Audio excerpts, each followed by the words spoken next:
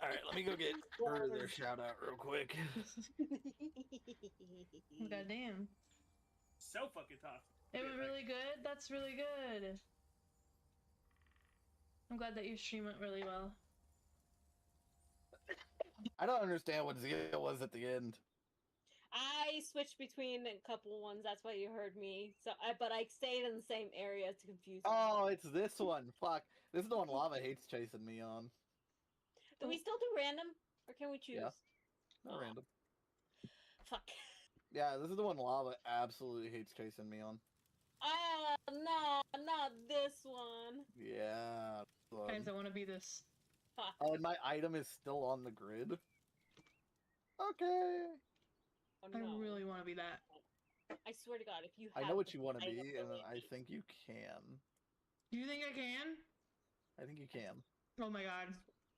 I know exactly what you want to be. If I get got right away, I don't care. I just want to be the thing. Oh my God, it's gonna take forever Oh to my get god. to where I want to be. What are we waiting on? Lava, Who's it probably. ready? I'm assuming I want lava. to go. Can you? Actually, I can't be. No, that's part of a thing. Damn it. Ah. Motherfucker's just scouting out so he can find a spot. Oh shit.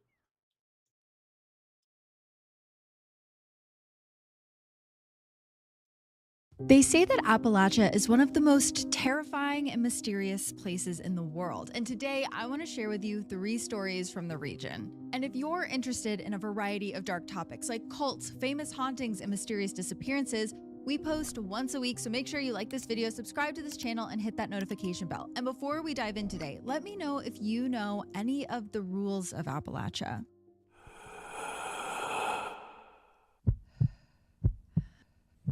It's when your heart starts pounding. The Appalachian Mountains stretch like a spine across the eastern United States. From the deep, humid woods of Alabama and Georgia, all the way north to the cold, silent forests at the edge of Maine, and beyond that into the darker wilds of Canada. They're beautiful, verdant, alive. But they're also old. Parts of these mountains began forming over 1 billion years ago, and the range as we know it took shape around 260 million years ago. If you were to climb one of its many peaks and stand alone in the quiet wind, you could place your hand on rock that's 500 million years old. Rock that has watched. Rock that has waited. You might know the line from the old John Denver song, "Life is old there, older than the trees, younger than the mountains." It's more than just a lyric. These mountains were here before trees even existed, before the land crawled with life. And yet today, they teem with it. Hazy forests, hidden hollows, and things that whisper just beyond the trail. Many believe these mountains hold ancient secrets that have been there long before humans. Secrets that we could never understand, but secrets that we occasionally come into contact with. Because cutting through these mountains is the Appalachian Trail, a trail that around 3 million people visit annually, but only a small handful of people finish. You see, the whole trail is almost 3,000 miles long, traveling through 14 states. It starts at the foot of Springer Mountain in Georgia, and it ends up in the cool, crisp air of Maine. And it acts as an entry point to the mysteries of these mountains. This is Heart Starts Pounding, and I'm your host, Kaylin Moore. Today, I want to take you with me through parts of the trail and show you some of the secrets of the mountains. We're going to encounter tales of feral people, a creature that's been lurking in the woods for hundreds of years, and some mysterious lights that no one can make any sense of. But we need to be careful where we step. Out here, the forest watches, and sometimes it remembers you. Before we take our first step, though, I did want to shout out another listener this week, Christoph, who sent me pictures from a time he went caving in a very haunted section of Owl Mountain in Poland. It made me think a lot of Appalachia, actually, because I talked about this in a bonus episode I did one month, but some people believe that the most haunted parts of Appalachia are actually in the massive tunnel and cave systems below the ground. For centuries, people have heard Tommyknockers, that is, little creatures that knock and tap on the cave walls, oftentimes before disasters. If you're new to Patreon or Apple subscriptions, or if you're still enjoying your free trial from Binge Week last week, you can check out that episode from October of 2024. All right, let's begin our hike. Our journey starts on the part of the trail where the sun shines through the trees and large fields are full of flowers. We're in Michaud State Park in the Pennsylvania section of the trail. It's peaceful here, even though it's a more populated part of the trail. The air feels impossibly fresh. It doesn't make sense that a beautiful place like this would be the scene of abject horror. But that's what happened almost 40 years ago. On May 12, 1988, 32-year-old Claudia Brenner headed into the Appalachian wilderness with her girlfriend, 29-year-old Rebecca Wright. Claudia was excited about this trip. She and Rebecca had enjoyed hiking and camping together ever since they had met and fallen in love 3 years earlier at Virginia Tech. The Appalachian Trail was sort of the ultimate outdoorsy adventure for them. Their plan was to do a 2-day hiking loop in the Pennsylvania section of the trail and camp along the way. The first night, the girls set up a camp close to a shelter. Now, camping on the trail is facilitated by a network of shelters, which are usually wooden structures with 3 walls and a slanted lean-to kind of roof. They don't have many amenities, just a shelf with a logbook and a pen so those passing through can record their stay and connect with other hikers. Most of these shelters are near a water source and an outhouse, so some hikers choose to set up camp near the shelters and use those facilities, which is what the girls chose to do. It seems like that night was pretty uneventful, but the next morning, Rebecca had gone to the shelter to look for the logbook, while Claudia stayed back at their camp. When all of a sudden, she heard someone running towards her out of the woods. It was Rebecca, and she looked rattled, panicked, and she was checking over her shoulder like someone was following her. Claudia stood up and asked her what was wrong, what happened. Rebecca told her that she was going to use the bathroom near the shelter, but when she opened the door, there was a man in there. He was unusually tall and shockingly thin, with wild, scraggly hair on his head and his chin. His cheeks were so hollow that it made his lips pucker out like a fish, and he had small, beady eyes deeply set in their sockets. Also, he was completely naked. But as Rebecca registered what was happening and tried to leave immediately, the man approached her with a wicked grin, and he asked her for a cigarette. She could also tell that he was aroused, and it made her wonder if he had been waiting in there for her. Luckily, she was able to run away, and after that, the women packed up their camp and left, walking swiftly through the forest as it thickened and the trail became more narrow. They were so anxious that they didn't stop again until they needed to check their map about an hour later. By that point, they figured they were far enough away from the shelter that they could relax a little. They focused on getting their bearings, and they could hear the thick brush pulsing around them with animal chatter and the low thrum of nature. But then, Claudia heard another sound, an unnatural one.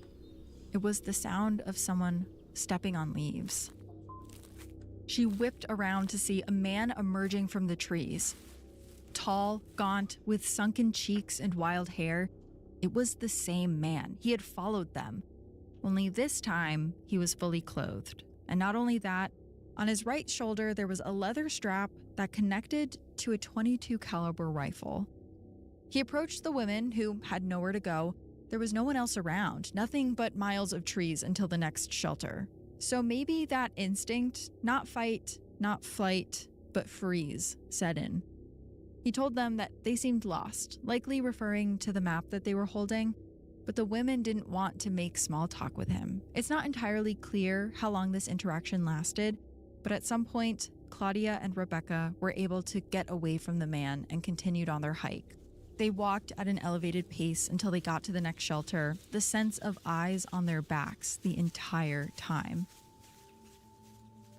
They soon found their next camping site by the mid to late afternoon, and a small sense of relief washed over them. The area was calm and beautiful. There were tall trees besides a small babbling brook of cool, clear water. No people around, so Rebecca and Claudia could actually enjoy each other's company in private. They spent the afternoon basking in the warm spring sun, sitting by the river in each other's arms, and laughing. It was perfect. They didn't know that just beyond the tree line, a pair of eyes had locked in on them. It was the man. Just then, a gunshot rang out through the meadow, and Claudia's right arm above her elbow exploded. She looked down to see blood and torn flesh, but her brain couldn't make sense of what she was seeing or what she had heard. Rebecca knew instantly, though, and before she could scream out, "He's got a gun," Claudia was hit again. Bullets rang out one after the other, and Rebecca shouted for Claudia to go run behind a tree. By that point, Claudia had been struck multiple times, including on the top of her head, but by following Rebecca's advice, she was able to duck out of the way of the oncoming bullets. And after what felt like forever, the bullets stopped. And the two women waited a moment before they tried escaping. Both of them had been hit really badly. By that point, Rebecca couldn't carry herself out of the forest. Claudia tried picking her up, but quickly realized that she wouldn't be able to carry her out of the forest. So she did the only thing she could think of. She made her girlfriend as comfortable as possible, told her she'd be right back, and then ran to go get help. For 4 miles, Claudia ran, soaked in blood, through the tangled brush and mountain laurel as it got darker and darker. The whole time, she was worried that the strange man would find her, but the need to get help for Rebecca carried her the entire way. Eventually, she was picked up by 2 men on Shippensburg Road, and she guided them to where her girlfriend was. But by that time, Rebecca had passed away from her injuries. Police searched the area looking for a man who fit the description Claudia was able to give them, and eventually he was found hiding out in a Mennonite community in Pennsylvania. Because the community didn't watch TV or listen to the radio, they had no idea that the man who walked onto their compound was wanted for murder and attempted murder. And I can't imagine what they must have felt as police swarmed their farms and hauled him away. His name was Stephen Roy Carr, and he was a 29-year-old man who lived in a cave along the Appalachian Trail. Some locals described him as being what they call in the area a feral person of the Appalachian Mountains. Lore of feral people varies in the region. Some people believe that during the Great Depression, some people couldn't afford to live in society, so they built their own secret societies in the mountains. And now, after generations of living in the wilderness, they're less like people and more like animals. Others believe that feral people are an entirely different species of person, ones who have evolved to survive in the caves and forests of Appalachia. I'm not sure exactly where that leaves Stephen, but he was a man who preferred the caves of Appalachia over living in society. He preferred being alone, and he seemed to hyperfixate on female hikers on the trail, making advances towards them, and then retaliating when they didn't accept. Claudia would survive her wounds and be able to tell her story in court at the trial for Rebecca's murder. And one of the saddest things I learned while researching about this case, other than the young woman's death, is that Stephen's defense attorney, Michael George, tried to convince the judge that Stephen had every right to fire at the women because they were putting their gay relationship on display. The attorney hoped that the conservative, small-town judge would see Stephen as a rational man, driven to do something irrational because of the women's behavior. But Judge Oscar Spicer didn't see Stephen as that at all. He recognized that Stephen was a monster. There was no other way to put it. And he was a threat to the community, and so he sentenced him to life in prison, where he remains to this day. Rebecca and Claudia's story is devastating, and it's not the only violent tragedy that's happened on the Appalachian Trail. I will say, murder rates on the trail are low. 12 people have been murdered there since 1974. The most recent victim was in 2019, and it was a hiker named Ronald S. Sanchez Jr. He was an Army vet who used hiking to alleviate some of his PTSD symptoms that developed after he served 3 tours in Iraq. He was killed on a section of the Virginia Trail by a man who had previously stabbed a 30-year-old woman in the area. Ronald was with 3 other campers when the attacker wandered into their campsite and started threatening them.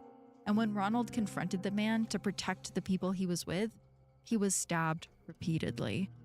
But even though these kinds of horrors are rare, the publication, The Trek, reported that something like 40% of hikers said that a strange person made them feel unsafe on or near the trail. And many hikers bring protection like pepper spray or dogs with them. And this really stuck out to me, because if murder is so rare on the trail, then why do so many people feel unsafe? Why do so many people look over their shoulders while they walk through the woods? Well, according to some that live in the area, it's not just the people you have to be worried about. They say there's something supernatural in the old mountains of Appalachia, and those eyes you feel on your back might be something otherworldly watching you from the trees. So let's walk on the trail a little further into the woods, shall we? We're taking a 2-day hike south to South Mountain in Maryland, where the trees start to get closer to one another and the canopy thickens over your head, where the last shelter is far behind you, and you haven't seen another person in about 10 miles. The path in front of you gets darker, the birds hush. You pass an old marker so covered in moss and worn by time and elements that it's impossible to read. This makes you shudder. It's a sign of civilization, but it also reminds you that this place can consume civilization. You look at your map and get your bearings, and you feel your stomach flip. You've been warned about this section by other hikers and locals alike. They whispered to you in a quiet, urgent tone to tread carefully, watch your step, and be ready to run at any moment. Tips like these are easy to find. Forums online are full of information. Some contain sweet anecdotes about how to actually do the hike, but some detail the more unsettling things that hikers encountered in the shadows of the footpath. Like this one story from Reddit from around 2019. The user has since deleted their name, but it was from a thread titled, "What are your creepiest stories/encounters on this trail?" And they wrote, "Not me, but my husband. I was off trail, injured by this point. He was hiking and saw a deer cut perfectly in half on the trail, but only the back half was left. He said it looked like it was cut with a laser. It was so precise. No blood drops, no jagged cuts or anything. Just the back half of a doe left perfectly in the middle of the trail." These kinds of strange, indescribable horrors aren't unheard of. In fact, there's enough of them that communities along the Appalachian Trail tend to have a lot of rules about how to stay safe. Children are warned about going out on Fridays because eerie things are said to happen that day. And if it's grim and stormy, people stay at home because bad weather means unlucky forces are around. I talked about some of the other rules in our first Appalachian horror episode. Don't look in the trees. If you heard something, no you didn't. But there's one rule that locals know that doesn't get talked about enough. Don't go near a certain patch of highway near the South Mountain in Maryland, because you're not going to like what you find there. A long time ago, around the year 1900, a 30-year-old man named William had to do some errands in a Maryland town called Boonesboro. Boonesboro is by the foot of South Mountain, a peak on the Appalachian Trail. William lived just a short walk from town, which was a good thing because he didn't wrap up his errands until 10 o'clock that evening, and it was dark by the time he headed home to his wife and family in their cabin on a hill. His route took him along a roadway with no lights to guide him except for the stars twinkling in the endless sky above. The wooded road loomed in front of him, completely dark and eerily quiet. As William passed by the foot of South Mountain, he saw something. It was in the road up ahead and stood out from the rest of the murky night. He tried to focus his eyes on its dark outline when he noticed 2 red eyes glowing back at him. It was a silhouette of an enormous animal. It looked like a dog, but it was far bigger than any canine he had ever seen. It was quieter, too. All it did was stand there, like a rigid, monstrous statue in the middle of the road, blocking his path. William's mind raced, ruled by fear and instinct rather than any kind of logic. Before he knew what he was doing, he grabbed a rock and chucked it at the creature. He did this over and over and over again, picking up what he could find to throw at the dog and try to scare it away. But the animal didn't move. Nothing that William threw actually hit it. Everything seemed to fall back to the earth, like it had just passed straight through it. William's fear curdled in his stomach, but he kept attacking. He even ran towards the dog, intent on shoving it out of his path. As he got close, he saw the animal was black as the night around it, with a red, vibrant mouth that hung open in a snarl. He swung his fists, but he didn't hit anything. His blows just sailed through the air, passing through the dog just like the stones had. It was as if the creature didn't exist at all. And then, on the road in front of him, something extraordinary happened. The animal was growing. It swelled in size, getting bigger and bigger and bigger until it blocked the entire roadway. And all William could do was stand there in total shock, watching this supernatural fiend inflate. And then, all of a sudden, the dog snarled, bared its teeth, and then vanished, leaving William alone and shaking on an empty mountain highway. Around that same time, in the year 1900, hundreds of people saw this exact same creature that William encountered on a certain stretch of highway near the South Mountain in Maryland. It eventually earned the name the Snarly Yow, sometimes called the Snarly Yowl. Everyone who saw it reported the same thing, a massive black dog with a red mouth and a formidable snarl.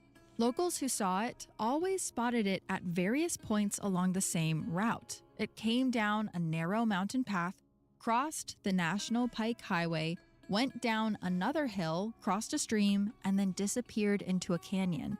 It was almost like it was patrolling the highway pass, like some sort of otherworldly guardian caught in a time loop.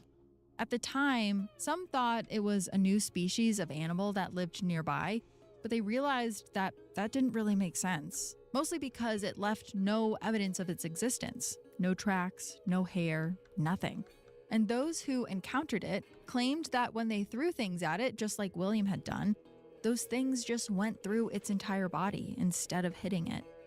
For a few years, the creature was spotted frequently, but then the sightings all but stopped, though there have been a few sightings throughout the years.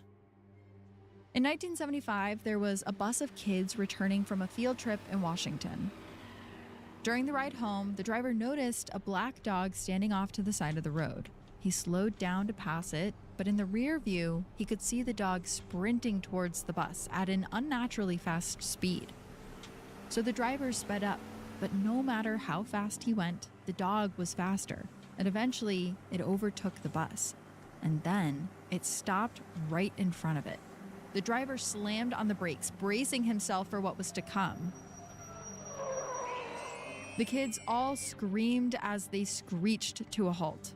Then there was the sound of two distinct thuds as the front and back tires rolled over the dog. The driver was horrified and got out to see what the damage was. He peered down under the front to look at the tires, but there was nothing there. No guts, no tufts of fur, no sign that he had just hit an animal. And when the driver looked up, he saw an impossible sight. Standing there in the road up ahead, baring its teeth, was the black dog. It was very much alive and completely unharmed. It stood there for a few moments, let out a haunting yowl, and then vanished into thin air. And the legend of the Snarly Yow very much remains in the area today.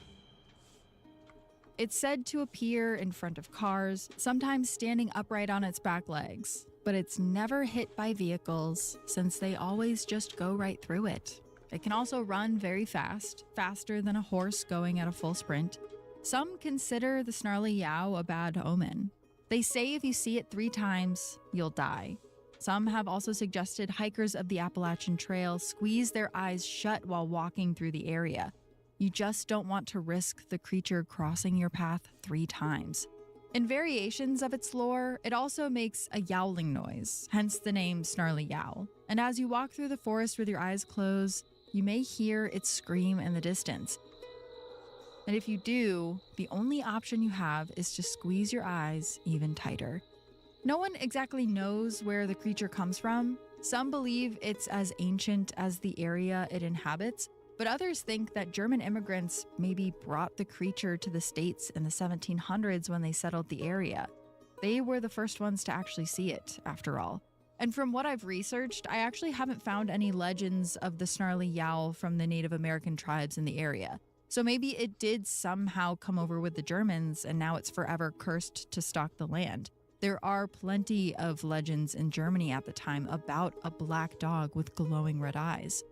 But maybe you believe that this is just a legend.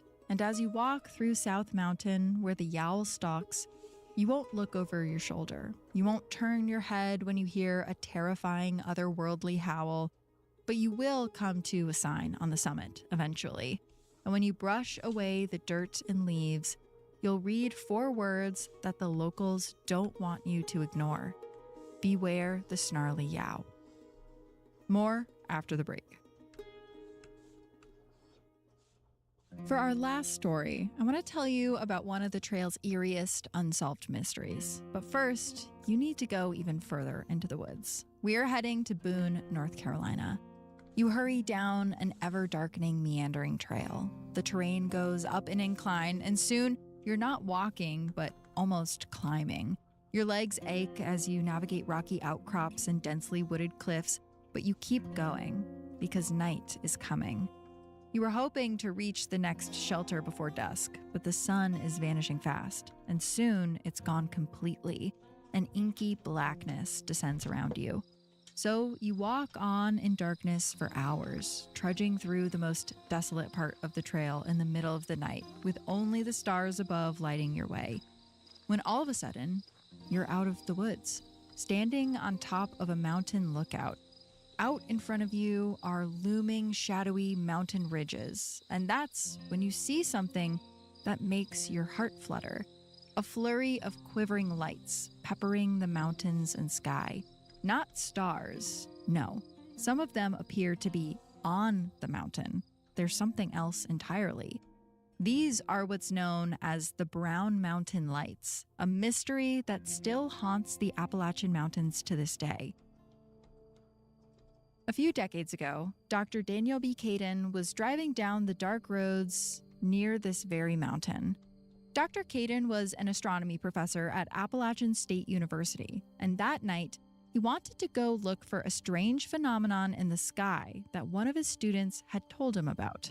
See, Dr. Caden had heard about these mysterious lights that would appear over Boone, North Carolina, and were only seen from Brown Mountain. But he had chalked it up to local Appalachian legend. He didn't grow up in Appalachia, so maybe he didn't know that it's the kind of place where the legends are sometimes true. So for years, he never thought too hard about these lights. Until one day, a student in his Intro to Astronomy course claimed that he had seen the lights himself, and that they were very real. There's no way, Dr. Caden thought. So, on his way home that night, he had decided to make a detour. The unplanned stop was Wiseman's View, an observation area that looked out over a gorge at the edge of the Appalachian Trail. So, he got out of his car, and he stood at the gorge, staring up at the sky for about an hour. The lights from Boone polluted a little bit of the atmosphere, which hid some of the stars, but for the most part, it was a beautiful view. But nothing about it felt paranormal. Nothing in the sky really looked out of place. Maybe the student had mistaken some of the visible planets for unexplainable lights. This would make a great lesson come next week, he thought. When he was finally ready to leave, he started to turn away, but before he could, he saw something that made him freeze. there was a bright flash in the sky as a circle of light lit up over the city, bigger than a star but smaller than the moon and brighter than both. It lasted a few seconds and then it vanished again. After this, Dr. Caden became infatuated with what he had seen, and he spent years trying to get to the bottom of it. To do so, he installed 2 cameras overlooking Brown Mountain. He figured if he was going to prove that something was going on, he would need to catch it on camera. That way, there'd be no question that it was just a glitch. And one night in 2016, he actually captured a grainy shot of the phenomenon. I've seen this picture, and it's kind of amazing. It shows a dark mountain range, a horizon of lights from the surrounding communities, and there, too high to be a city light, but too low to be the stars, there's a bright flash that appears. It hovers for a few seconds, and then it vanishes. Even though this photo was significant, Dr. Caden was by no means the first person to see the Brown Mountain lights. People have been spotting these lights around the mountains for over 2 centuries. Most people describe them as star-like dots, but what's strange is they kind of act differently for everyone. Sometimes the lights move slowly, and other times they explode like fireworks. That is, if they're seen at all, these lights rarely appear, and only a few people have been in the right spot at the right time to witness their ethereal, mysterious beauty. But no one, including Dr. Caden, has ever been able to fully explain their existence. Though, I will say, from my research, many have tried over the years. In 1913, a local paper ran an article that stated, quote, "Much has been said in the papers about the mysterious light which can be seen from certain points in Burke County, a light which arises from nowhere so far as the natural eye can discern, is visible for a time and then passes out. It has been observed for years by many Burke people, and finally, so much interest was aroused that the government was importuned to send an expert to pass on the mystery." The article goes on to explain how the expert, what kind of expert it was is never explained, declared that it was light from the train, and then he took off. That conclusion drove locals up the wall. There was no way it was just lights from the train. And another article from 1927 proclaims that the mystery had finally been solved. The light, according to the geologist that was interviewed, was light from the train. Locals were quick to point out that the lights did not behave like train lights. They moved erratically and were sometimes seen above the mountains. Also, the people had the train schedules, and they knew the lights were seen even at times that the train wasn't operating through the mountain. The geologist explained that those times it must have just been car lights. But in 1913, when the first article ran, there would have been hardly any cars in the area. I even found another article from 1967 that suggested the lights were just a mirage, and once again, the locals were not happy with this answer. They did not want to hear that they had just been making this up. There are other theories, of course. Some think the lights are caused by natural gases from the mountain, or a specific kind of lightning, maybe ball lightning. But here's the thing about the lights. They've been around for far longer than electricity and train lights. They've been around for so long that, like much of the strange happenings in the area, they've cemented themselves in folklore. And the stories about them are rich and representative of the people in the area. For instance, the Cherokee people think they know where the lights come from. There's a bit of indigenous lore from the tribe that speaks of a violent battle long ago between the Cherokees and another tribe in the mountains. After the carnage was over, the mothers, widows, and sisters of the men who died marched into the darkness. They carried torches and had tears in their eyes as they hunted for the bodies of the fallen. Those lights are an echo of their path, they say, which was filled with so much anguish that their spirits are still imprinted on the mountain hundreds of years later. To this day, we still don't know what causes the Brown Mountain lights, though explanations seem to change with the times. In the 1960s, they were largely thought to be aliens, and a local man named Ralph Lale claimed he had telepathic communication with the lights. According to him, aliens from a planet called Pewam would abduct him and take him throughout space, teaching him how to save Earth. Others believe that they're ball lightning. Some still think it's a reflection of train and car lights. Others think it's a ball of gas that spontaneously combusts like will-o-wisps over a bog. But we just don't know, and we may never know. And as you're walking on the trail, trying to think to yourself what the lights could possibly be, before you know it, you're at another shelter. People are setting up their tents and sitting by the fire, cracking beers and chatting. You all start sharing stories about what you've seen and heard on the trail. You're adding to the local tapestry of legends about this place, its mystery, its horror, its magic. And you start to forget where these stories come from. You start thinking of them as legends, and something inside of you relaxes. Maybe there's nothing to fear on the trail. Maybe these are all just tales people have been sharing with each other around campfires for centuries. And just then, you hear something whistle in the tree above you. That's all I have for you today on Heart Starts Pounding. Please let me know if you've ever hiked the Appalachian Trail and what stories and legends you've heard. If so, you can find a form to reach out to me at heartstartspounding.com, or you can drop a comment wherever you listen. Spotify and YouTube both have comments. We will be back next week for a very dark story. One of stalking, of paranoia, and one where the truth is very hard to make sense of. Join me here for that one next week, and until then, stay curious. Ooh. Heart Starts Pounding is written and produced by me, Kayla Moore. Heart Starts Pounding is also produced by Matt Brown. Additional research and writing by Kate Murdoch. Sound design and mix by Peachtree Sound. Special thanks to Travis Dunlap, Grayson Jernigan, the team at WME, Ben Jaffe, and our listener Christine, who helped me out with a little bit of Portuguese. Have a case request or a heart-pounding story? Check out heartstartspounding.com.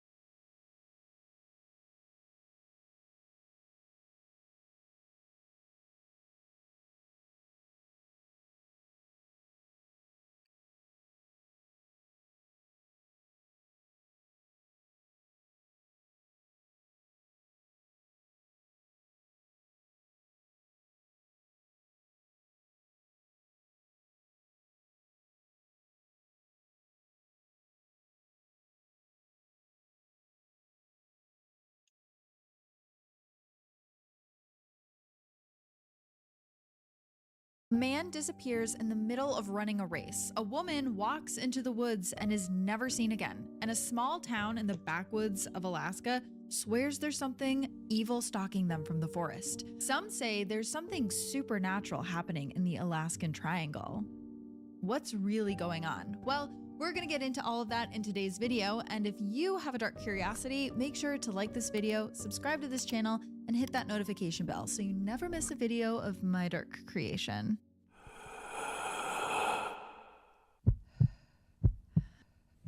It's when your heart starts pounding.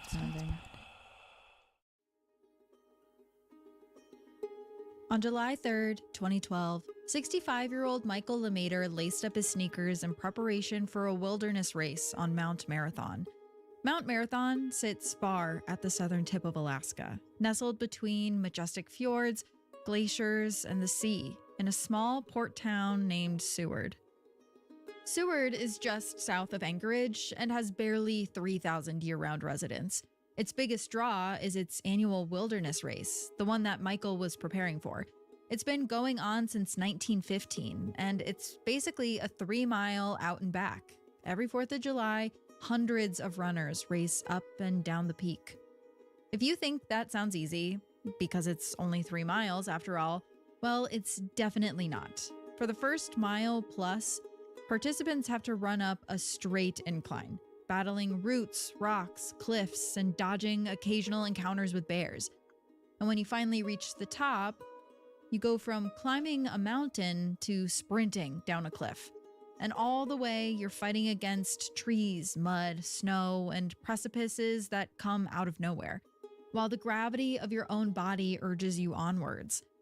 There have been a lot of injuries during this race. Broken bones, head traumas. One time, someone was even impaled by a tree. It doesn't sound like my idea of a good time, but Michael LeMaitre was so excited for this race. He was a lively, outdoorsy guy who was always trying to find a new adventure, and Mount Marathon was on his bucket list. In 2012, he applied for a lottery slot to run at their annual Bacchanal, and he got in. So then, on July 3rd, Michael and his wife, Peggy, drove to Seward. They attended some mandatory safety meetings, picked up Michael's racing number, 548, and otherwise prepped for the big day. And then, on July 4th, Michael donned a sweatband with black shorts and a black tee, kissed his wife goodbye, and around 3 p.m., he joined over 100 other runners at the starting line. Michael's wife, Peggy, looked at the sky.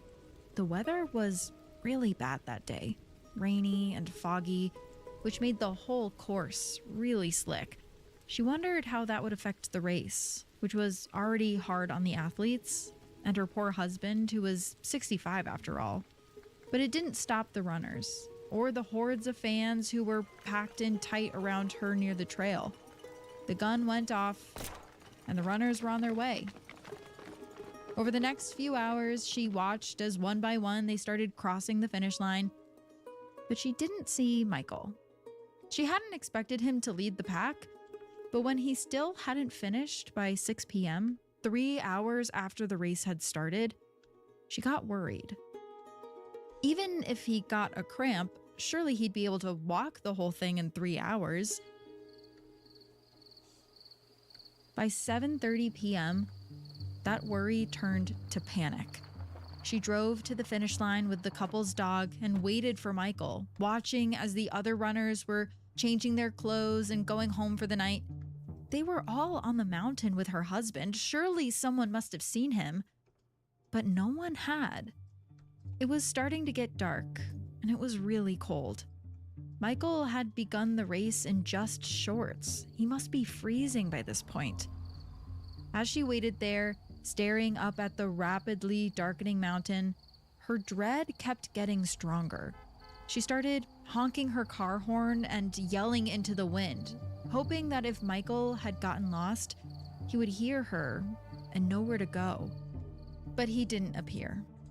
No, he never would. And no one would ever be able to explain where he went.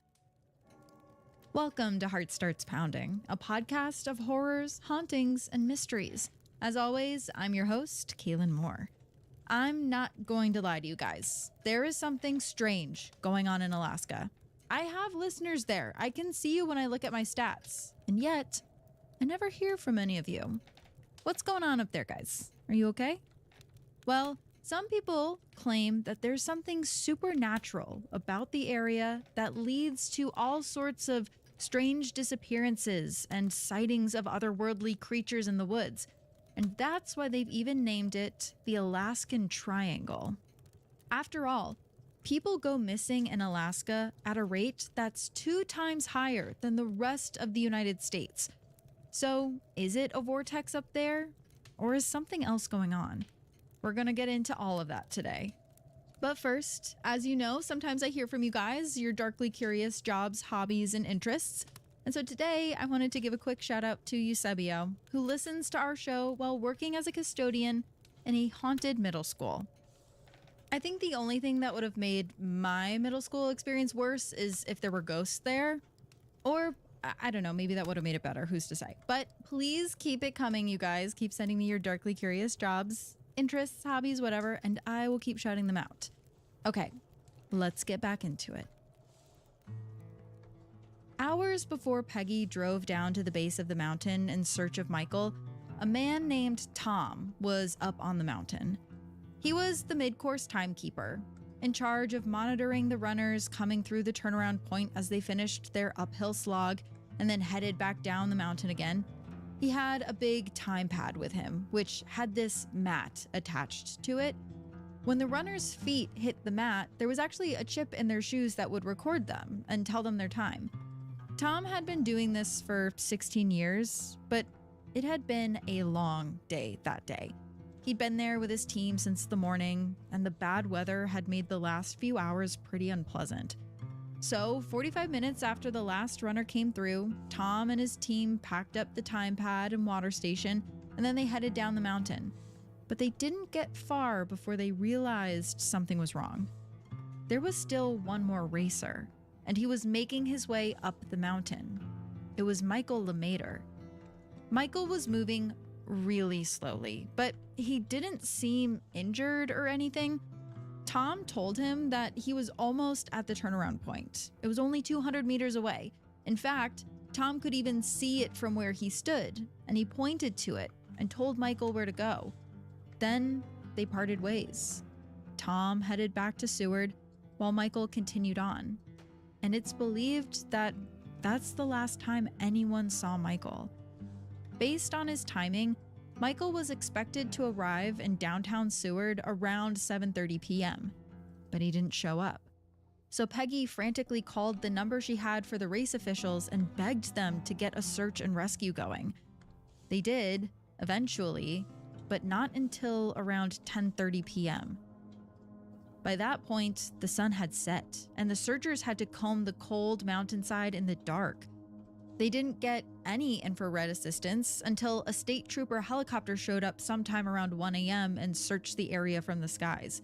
The National Guard joined the efforts later that morning, while a 60-person search party scoured the area on foot, including Michael's family, search dogs, firefighters, and local volunteers.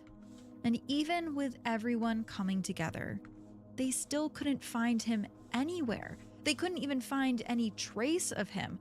No footprints, no strewn about clothing, nothing. If Tom hadn't seen him with his own eyes, he'd almost think that Michael never made it onto the mountain that day. The search lasted for days before transitioning from rescue to recovery.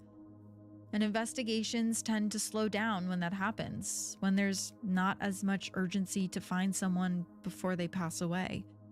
Shortly after, the state troopers bowed out of the hunt, leaving local law enforcement and Michael's family to keep looking on their own, which they did. Michael's daughter actually arranged for a private cadaver dog to sniff around the slopes. But there was nothing. As an Alaska State Trooper spokesperson put it, quote, "No clues, no trace, no trail." By the end of the summer, no one had found anything, and the LeMaitre family finally accepted that Michael was gone. In August, his daughter did one last hike up the mountain and carved, quote, "I love you, Dad," into a rock at the turnaround point. That carving might be the only trace left that Michael was ever on that mountain.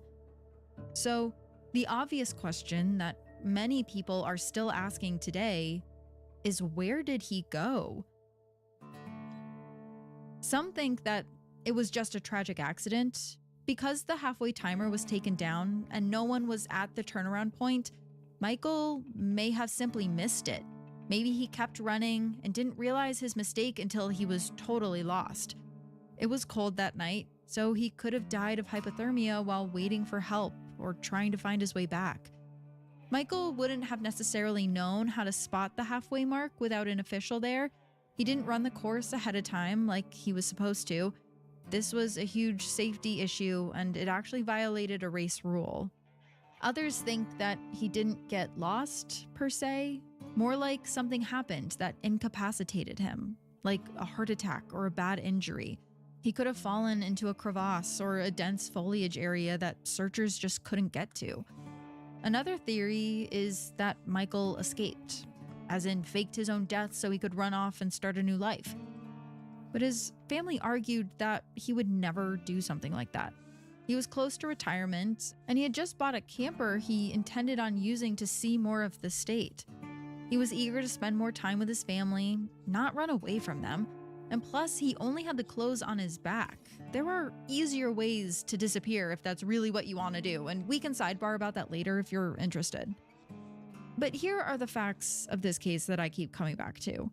Michael vanished on a course that hundreds of people had run that same day, a course being monitored by volunteers. there was an intensive search launched fairly quickly, and still, there was no sign of him at all. Which, that brings me to another theory. Some people think that where Michael disappeared is part of the mystery.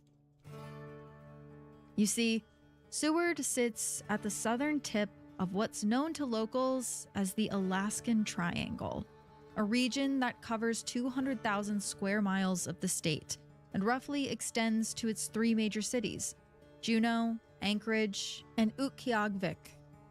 It's an area that's considered strange and powerful and is directly responsible for all kinds of bizarre things, like mysterious disappearances.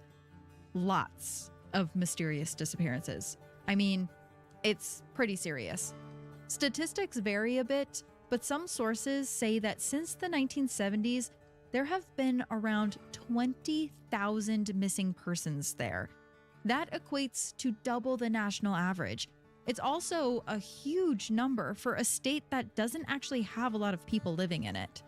People go missing in the Triangle so often that sometimes one person will go missing, and as the search for them intensifies, a separate person will go missing, and it's like no one notices. And as shocking as it may sound, that's exactly what happened in the case of Michael LeMaitre. 3 days after he disappeared, someone else vanished from the same mountain range, about 60 miles north of Seward. There, a woman walked into the forest and was never seen again. But she was not afforded the same level of media attention. Though just like Michael, no one has any idea where she went. More after the break. 3 days after Michael LeMaitre vanished in the wilderness, 43-year-old Valerie Sifsoff was on a camping trip. Valerie was an Alaska native who grew up in the state but spent time living in Seattle as an adult. In 2012, she moved home and settled in Anchorage with her boyfriend. She was an outdoorsy person, so it probably wasn't a shock to anyone when she and her boyfriend planned a camping trip in the Kenai Mountains that summer, at a place called Granite Creek. Now, Granite Creek lies somewhat deep within the Kenai Mountains, about 20 miles away from the nearest civilization. It sits next to a rushing river, completely surrounded by thick pine trees and tall brush. Mountains peak from above the trees, but when you're at the campground, you can't tell exactly where you are in the mountain range. If you got lost, your best bet would be to follow the river and hope it took you through a town before the elements got you. So the couple set out on July 7th, making the short journey from Anchorage to the camping site, and that afternoon, when they reached their destination, they got into a fight. They eventually did make up, or at least smooth things over enough to enjoy some drinks around their campfire, but around midnight, the couple fought again. And this time, it was bad enough that Valerie stormed off. She headed towards the outhouses where a mix of other tents and campers were. She had no keys, no ID, no phone. She just walked off into the darkness, through the thick pines and dark brush. Her boyfriend understood that she wanted to cool off. They had had fights before, and it always was better to give her space afterwards. But when she still hadn't come back by 2 a.m., he went to look for her around the grounds. She was nowhere to be seen. He waited at their site, and eventually he fell asleep. He woke up again at 4 a.m., and Valerie was still gone. He decided that she must have somehow gotten a ride back to Anchorage, so later that morning he left and drove home. But she wasn't at their place either. He went back to Granite Creek again multiple times over the next few days, just searching for her, driving back and forth looking for any trace. But each time he came up empty. Finally, he reported her missing to the state troopers on July 11th, 4 days after she was last seen. Valerie's boyfriend and family scoured miles of woods around the camping site, along with law enforcement, military, and other volunteers. But she had been missing for 4 days by that point. and they didn't know if she had, let's say, fallen within minutes of walking off, or if she had been walking this whole time and was maybe 100 miles away. But also, the state troopers didn't have the funding or the manpower to check every possible area, so the search was neither immediate nor robust, and they didn't find anything. But then, months after she disappeared, a kayaker was floating across the surface of Granite Creek near the campsite where Valerie went missing, and there, bobbing in the water, was a green tank top. They ended up reporting the find, and officials confirmed that it was Valerie's, the one she was wearing when she went missing, layered under a black DKNY hoodie.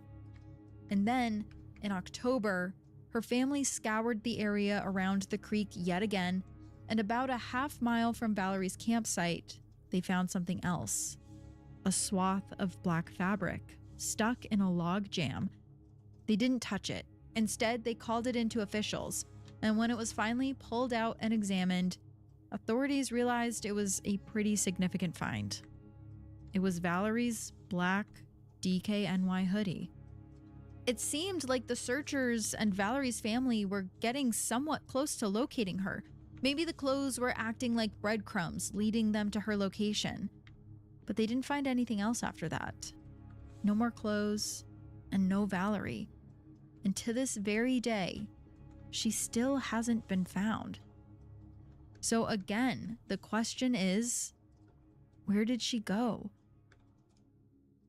One theory is that someone attacked or abducted her. Alaska has one of the highest rates of violence against women in the United States, and Indigenous women are even more vulnerable, which Valerie was. According to the Urban Indian Health Institute, murder is the third leading cause of death for Native women. For reference, for not Native women, murder isn't even in the top 10 causes of death. And that's only for the bodies of Native women that are found. There are many more unsolved cases where women go missing and are never heard from again. Valerie's father, though, has a different idea. He's heard the theories that maybe her boyfriend was involved, but he doesn't believe that. He thinks that she fell into a river. The current was really fast, which could have torn some of her clothes off and pulled her downstream before she could fight against it. According to his theory, his daughter wasn't killed by a person. She was taken by Alaska. And some might interpret this literally. Like I said, a lot of people go missing in Alaska, partly because it's a huge state that's mostly covered in wilderness. A third of its land is part of the Arctic Circle. It contains over half of America's national parks and 20 of the country's highest peaks. In fact, a huge portion of the state is only accessible by water or air. And there's also frequent extreme weather like avalanches, blizzards, whiteouts, or strong winds, all of which can confuse hikers and cause accidents. There's also a lot of predators too, like bears, wolves, and so on. But when people fall into a river, officials tend to know where to look. Rivers often drop people in the same areas. And yet, Valerie was never found. So yes, the extremeness of the Alaskan wilderness does help explain Alaska's very high missing persons rate.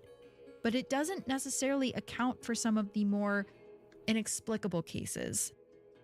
The ones that are so strange they defy explanation, like people going missing in the middle of crowds or on cruise ships. Locals who knew the area well have vanished on their way to school or while going about daily tasks. Take, for instance, Anthony Nuzzi, a traveling nurse who was staying in Anchorage in the summer of 2001. He didn't show up for work one day, and his Jeep was found about 12 miles outside the city. The night before he went missing, he was seen on surveillance buying some items at a gas station, but then he vanished without a trace and has never been found. Then there's the World War II veteran, Leonard Lane, who was enjoying some 4th of July festivities in Fairbanks in 1995. He just disappeared in the middle of a crowd, in broad daylight. No one saw where he went or what happened to him, and his case is also still unsolved. In the summer of 2019, a woman named Shanna Oman was visiting a friend in Fairbanks when she vanished. She left a house she was visiting around 12:30 a.m., leaving behind her dog and some money. No one knows why she walked into the wilderness that night, and her body has never been found. These disappearances are eerie, but there's more, and it's downright terrifying. In the Triangle, it's not just people who go missing either. Bigger stuff does too, like planes. In January of 1950, a passenger plane known as the Douglas C-54D was carrying 44 people when it took off from Anchorage. The aircraft was bound for Minnesota. Around 2 hours after takeoff, the plane crossed into the Yukon in the easternmost part of the Alaska Triangle, which briefly connects with Canada. And this was the point where something seemed to go wrong. The plane's crew spoke to air traffic control around this time. They noted that there was some ice accumulating on the plane's wings, and they were dealing with some turbulence. But that was basically it. They didn't mention any other emergencies, and they didn't really seem panicked. They were supposed to check in with air traffic control 30 minutes later. That was the schedule. Contact every 30 minutes throughout the whole journey. They didn't do their next check-in, and no one ever heard from them again. They never made it to their destination, and a search started almost immediately. Both the US Air Force and Canadian authorities worked together, scouring the region in a grid pattern where the plane issued their final transmission. But the conditions were merciless. There was heavy snow, ragged winds, and a lack of visibility that really hindered their efforts. 4 rescue planes actually ended up crashing during the search. That's how bad it was out there. They looked for a few weeks before being rerouted to another incident and abandoning the search. The families of the victims were left to continue efforts on their own, which they did. Each summer, they organized search parties in the region to look for signs of their loved ones. But to this day, no part of the aircraft or anyone who was inside of it has ever been found, which people think is really strange. It was a large plane full of people, and there hasn't even been a wing or a piece of shrapnel found. Nothing. It was flying through the skies and then poof, just gone. And these weird disappearances are why so many people think that something strange is happening in Alaska, something beyond the natural world. They'll tell you that electronic readings have actually recorded magnetic irregularities in the triangle and surrounding areas. They'll say that the Alaska Triangle is one of the world's 12 limited vial vortices, which is a place where things can be transported to a different dimension. And then there's the people that believe that there's something truly evil patrolling the woods in Alaska. That's the reason why so many people disappear inside of them. And they look to the story of Portlock as evidence of that. After the break.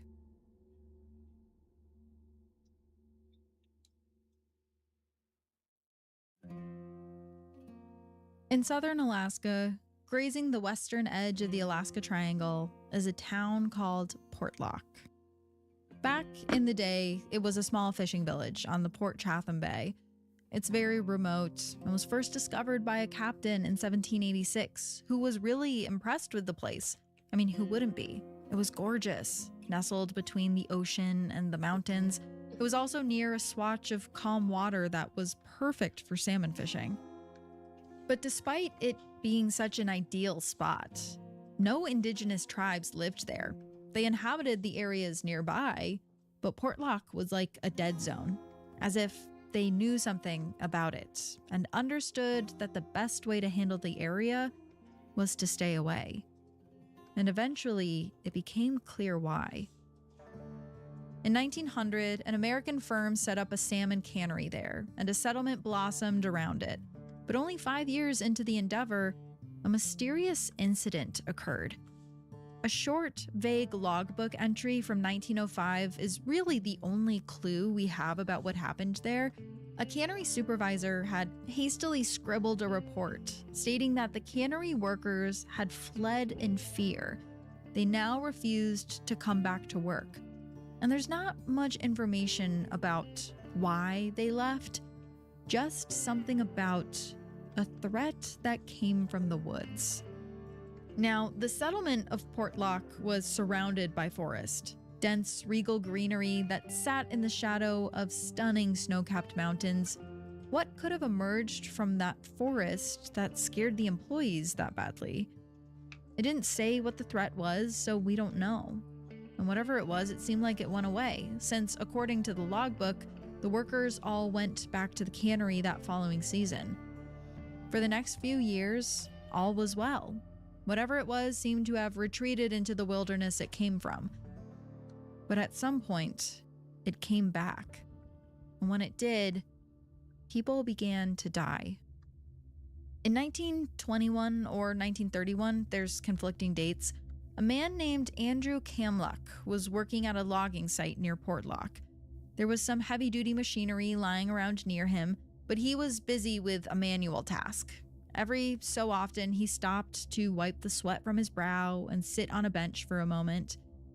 Well, one evening, Andrew didn't return from work, and another logger was sent to go search for him near where he was last seen working. And what he found, he couldn't explain. Andrew's body was lying crumpled by the bench where he normally took his breaks, and a huge gash covered the back of his head. He probably hadn't seen whoever or whatever did this to him. Next to him, about 10 feet away, was a bunch of heavy logging equipment covered in blood, which confused the logger who found him. That equipment was far too heavy to be lifted by one man, but where it was sitting, it didn't look like it had fallen on him either. And worst of all, while the logger was inspecting the area, he got the overwhelming feeling he was being watched. The back of his neck tingled and the hair stood up, as if someone was deep in the forest, their eyes boring into the back of his skull, waiting for the perfect time to strike. The man gathered his things and ran to go notify Andrew's family and their boss. And as he was leaving, he thought he caught a glimpse of a giant brown bear, maybe a grizzly, off in the distance. So it was really time to leave. And Andrew wasn't the only local who reported seeing a giant brown bear around this time. There were multiple sightings near a mine, but the people in the area swore that it wasn't a bear. It was far too big, they said. And then a gold miner went missing after leaving for work, and he was never found. That was just the beginning. Over the next decade, people kept disappearing, plucked from the village during the night or while they were out working or doing chores. Some were never seen again, but others were found, utterly eviscerated, with their limbs torn off and twisted and their faces in tatters. Not eaten, just mangled, like something had killed them and then furiously ravaged their corpses. At one point, an entire hunting party went missing during an outing up the mountain. After it rained, their shredded bodies floated down the mountainside and reunited in a local lagoon. There, the townspeople found them bobbing in the current.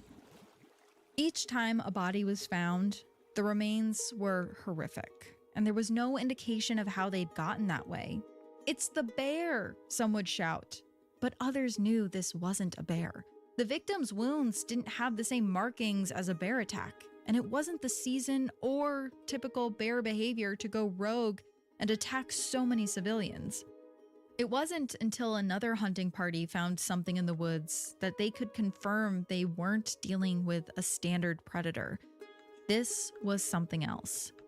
They said that during their hunt, they found prints that they felt must belong to the predator, but they didn't look like animal prints. They looked like human prints, and they were massive. 18 inches in length. That was enough for the residents to start taking some real precautions. Children were told not to go outside when it was foggy, or whatever was out there would get them too. When they snuggled in at night, they stared at the dark sky outside their windows, wondering if something would reach in and pluck them from their beds. Children, it seemed, listened to these warnings, but some adults didn't. It's not known exactly when a local man named Tom Larson got into trouble, but at some point during the panic, he was walking through the forest, intending on gathering some wood for his fish traps. He had a specific spot in mind, and his route there took him along the beach. There, the waves gently lapped against the sand, sent in by the light current, protected by the snow-capped mountains that lined the bay. A light, cool breeze whipped against his face, chapping his cheeks. He might have stopped to enjoy the scenery or inhale the fresh air if he hadn't seen something that made his blood run cold. There, standing at the edge of the water, was a figure. It was massive, and it was hairy, but not like anything he had ever seen before. Tom didn't know what it was, but he was sure it was dangerous and that it did not belong on that beach. He slowly backed away from the creature before he bolted. Instinct told him he needed a weapon now, so he raced back the way he came. He shot into his home, grabbed his rifle, and booked it back to the beach. The thing was still there, only when Tom raised his gun, it turned and it looked straight at him. For a moment, the two species gazed at one another, a man terrified with a lethal weapon in his grip, and something else, a monster or a demon, simply returning Tom's stare. And for some reason, Tom couldn't pull the trigger. It was like some kind of force held his finger in place, refusing to let him fire. Maybe it was Tom telling himself to wait before destroying something he didn't understand. Or maybe it was the creature, using whatever power it maybe had to control him. At least, this is the story that Tom told as he stared into his beer at a local bar. A group was around him, hanging on to every single word he said. But one of the people in the group was a young woman who lived in the area, and her eyes went wide when she heard this story. See, her father was a Ludic, one of the 8 Alaskan native tribes that still inhabited the state, and he had told her about the Nantinaq. The Nantinaq was a half-man, half-beast. Another local tribe called it the Deninga, which means those who steal people. It's a large, ape-like creature that walks upright on 2 legs and is covered in dark fur.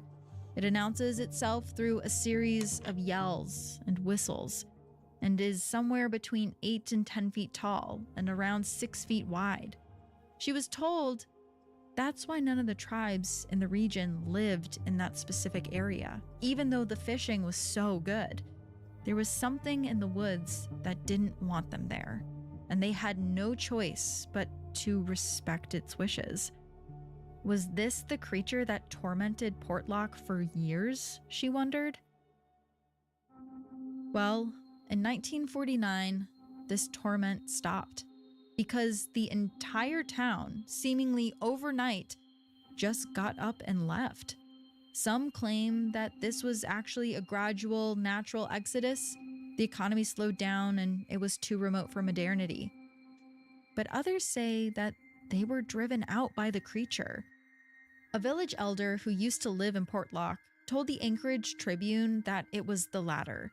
She said the people there had been exhausted by fear, too scared to go in the woods anymore, and the woods was where the timber was. It was where the industry was. If people could no longer go there, they just couldn't support their families, so they had to leave. Portlock has been abandoned ever since. A place that once had a school, a post office, homes, and businesses has now been reclaimed by the natural world.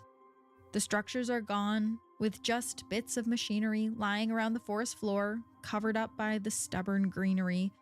There's just one dilapidated cabin that's still standing in the thicket, a last piece of shelter from the creature of Portlock. And now we have this 90-year-old tale, which may have bent and twisted over time, becoming more like folklore than hard facts with the years. That is, until someone saw the creature 11 years ago.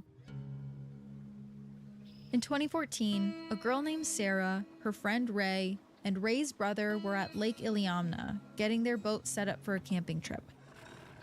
They left the dock and were on their way across the lake. Sarah turned and looked around her, soaking in the gorgeous lakeside scenery, but then she was suddenly ripped out of this peaceful moment because there was something on the shore. A figure.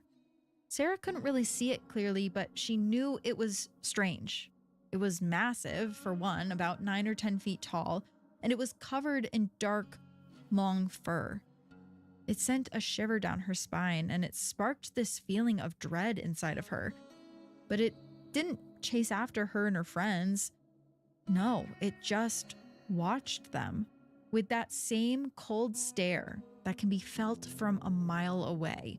The one that the people of Portlock had felt almost 100 years before. She was about to yell, "What is that?" But her friend Ray beat her to the punch. He too was staring at the creature. They all were. Their eyes were locked on this thing. But then it did something that no one had ever reported before. It just vanished. Like a switch had flipped. It suddenly just wasn't there anymore. Sarah and Ray shared a look. They lived in the area and they had heard the stories. That thing had to be Bigfoot. It was perhaps this knowledge that compelled them to look closer. I mean, if it actually was Bigfoot, they had to see if they could get proof, right? So the group steered their boat back to the landing spot and got out so they could poke around. Sarah traipsed through the thick foliage, peering through leaves and stepping over logs. The towering trees cast shadows all around her, tricking the eye into thinking the beast was lurking nearby. But Sarah didn't see it again. Instead, all she saw was, in the mud and grass of the forest, a huge footprint. Actually, there were a lot of them, all around the spot where she had seen the creature. The prints looked like human feet, only way bigger. They were a tangible, horrific reminder of the monster that had been there only moments before. And as soon as she saw those prints, her curiosity dissipated, and her gut told her to stop looking for this creature. All around Alaska, there are signs of the hairy man, often just referred to by its more famous name, Bigfoot. Many of the sightings are just glimpses of a tall, hairy beast lurking in the woods or ducking behind trees. Or it's from hikers who come across a sprawling set of footprints made by something huge that walks upright. And a lot of these sightings are from local Alaskans, people who have seen plenty of bears and wildlife and know that this is something different. And when they tell these stories, they're saying that what they saw defied all logical explanation. So far, though, that's all the hairy man has left behind. Stories, whispers of its presence, entrails of its victims. It lurks on the periphery of our vision, but it never shows its full hand. And that's why some people think this creature is part of a shifting, unknowable energy of the triangle itself. Alaskan natives have spoken of other shape-shifting monsters for centuries. They've known about the dangers of these woods. Others say that if there really were these creatures in the woods, and there really was something supernatural in the backwoods of Alaska, wouldn't we know about it by now? With all of the cameras and the cell phones and the science that we have? Well, here's a gentle reminder that if we can't find a 44-person passenger plane in the Triangle's wilderness, what else can't we find there? If someone can still, to this day, take a step into the dark woods only to never reemerge again, and for no trace of them to ever be found, then what else is out there that we can't find? That is what I will leave you on this week. Join me back here next week for another mystery, this time a morbid medical mystery. We're diving into spontaneous human combustion. I'll see you then, and until next time, don't go into the woods at night. Please, guys, I beg you, don't do it. Ooh.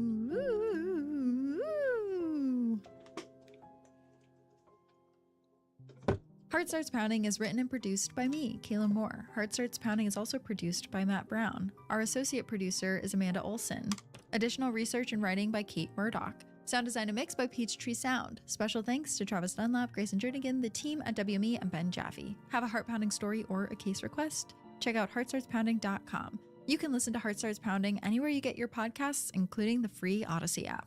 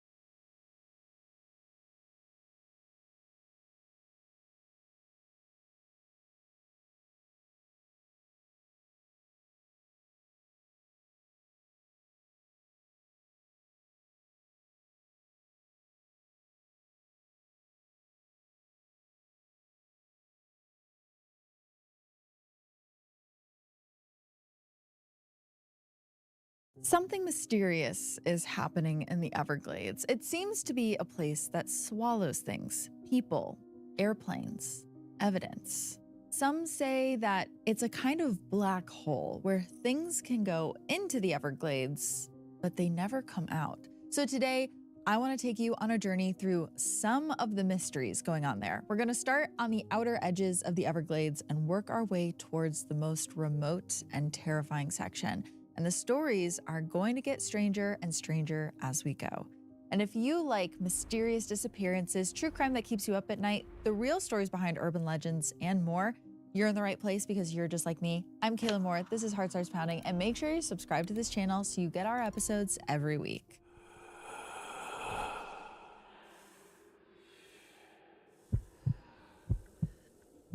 It's when your heart starts pounding. The Florida Everglades is a place unlike anywhere else on Earth. It's a self-contained ecosystem consisting of nearly 8,000 square miles of marshland. But it doesn't resemble Louisiana's canopy-haunted bayous. It actually looks more like the African savanna, with wide skies and a carpet of grass. Except that grass is sawgrass, sharp enough to cut through human flesh upon the lightest touch. And what looks like land beneath is, in fact, alligator-infested wetland filled with dark, murky water and the muck of 1,000 years' worth of dead plants and ash settled at the bottom. For at least as long as the Miccosukee tribe has been in the area, the Everglades have been seen as sacred. But as more and more people started moving into the area and cities and towns popped up near the marshland, the natural balance between the people and the Everglades shifted. See, there's a road that goes through the Everglades. It's called Alligator Alley, a more than 60-year-old two-lane highway that connects the Atlantic coast of South Florida with the Gulf Coast. At night, Alligator Alley is pitch black, except for what's lit by headlights and the moon, at least when it's out. Over the years, countless human remains have been found in the canals that parallel Alligator Alley, or along the side roads that splinter off the highway. And that's because the Everglades have become known as a great place to dump a body. The cover of darkness and minimal nighttime traffic offer ideal conditions, and any body that's left there would be gone within minutes, either eaten by alligators or it would sink irrecoverably into the muck below, never to be found. Not to mention that it's uncommon for their bodies to be found.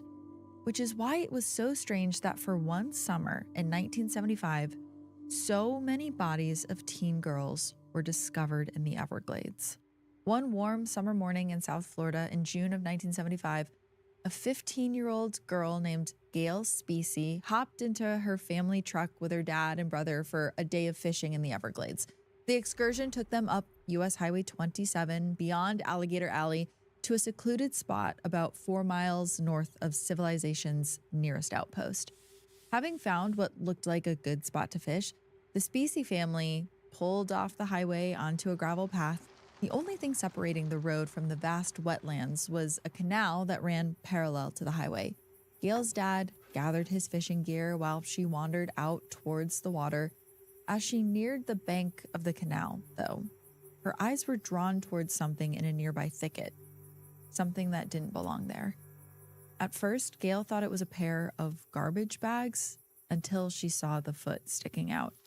She drew nearer with hesitant steps until finally the full picture emerged. It was the body of 2 teenage girls around Gail's own age, fully clothed, laying on their sides back to back. One was facing the swamp and the other was facing Gail, with a stream of blood coming from her mouth. After this discovery hit the news, more than 50 anxious parents who didn't know where their daughters were contacted authorities to look at the crime scene video. And so by early the next morning, the 2 murdered girls had names. Barbie Schreiber and Darlene Zetterower were the best of friends. They were bright and they were creative 14-year-olds who attended middle school in Hollywood, Florida, where they were regarded as good students and actively involved in school activities. Barbie had a deep love of art and Darlene had a passion for poetry. The last time anyone saw Barbie and Darlene was on the night of June 18th. School was out for the summer, and the 2 girls had spent the evening at Barbie's house before deciding to go for a ride on a neighbor boy's motorcycle. About an hour later, a friend of theirs saw them hitchhiking near State Road 441, climbing into a white van with 2 men that she didn't recognize. Less than 12 hours later, their bodies were found by Gail. Police concluded that someone made them lie down side by side and shot them execution style on a lonely gravel road 20 miles from their homes. This isolated spot at the edge of the Everglades immediately rang alarm bells for investigators, because just a few days earlier, the bludgeoned and strangled body of 19-year-old Nancy Fox was pulled from the very same canal, just 150 yards from where the girls were found. And like the 2 middle schoolers, Nancy was last seen hitchhiking on her way to a neighborhood laundromat that she would never reach. Nancy was also last seen in the same general area from which the 2 girls disappeared, on the southeast side of Broward County along a remote stretch of Highway 27. Now, Highway 27, which is even older than Alligator Alley, offers many of the same conveniences for the bad intentioned. Finished in 1949, the stretch that begins in the Broward County line and winds its way north into Palm Beach County, passing the isolated sugarcane city of Belle Glade, has seen little development in the 76 years since it opened for travel. Much of it is flanked by nothingness and is coal black at nighttime. It features dirt side roads, dead-end turnoffs, and canal front alcoves where a shady presence could linger for hours in the void, completely undetected by the occasional motorist speeding by.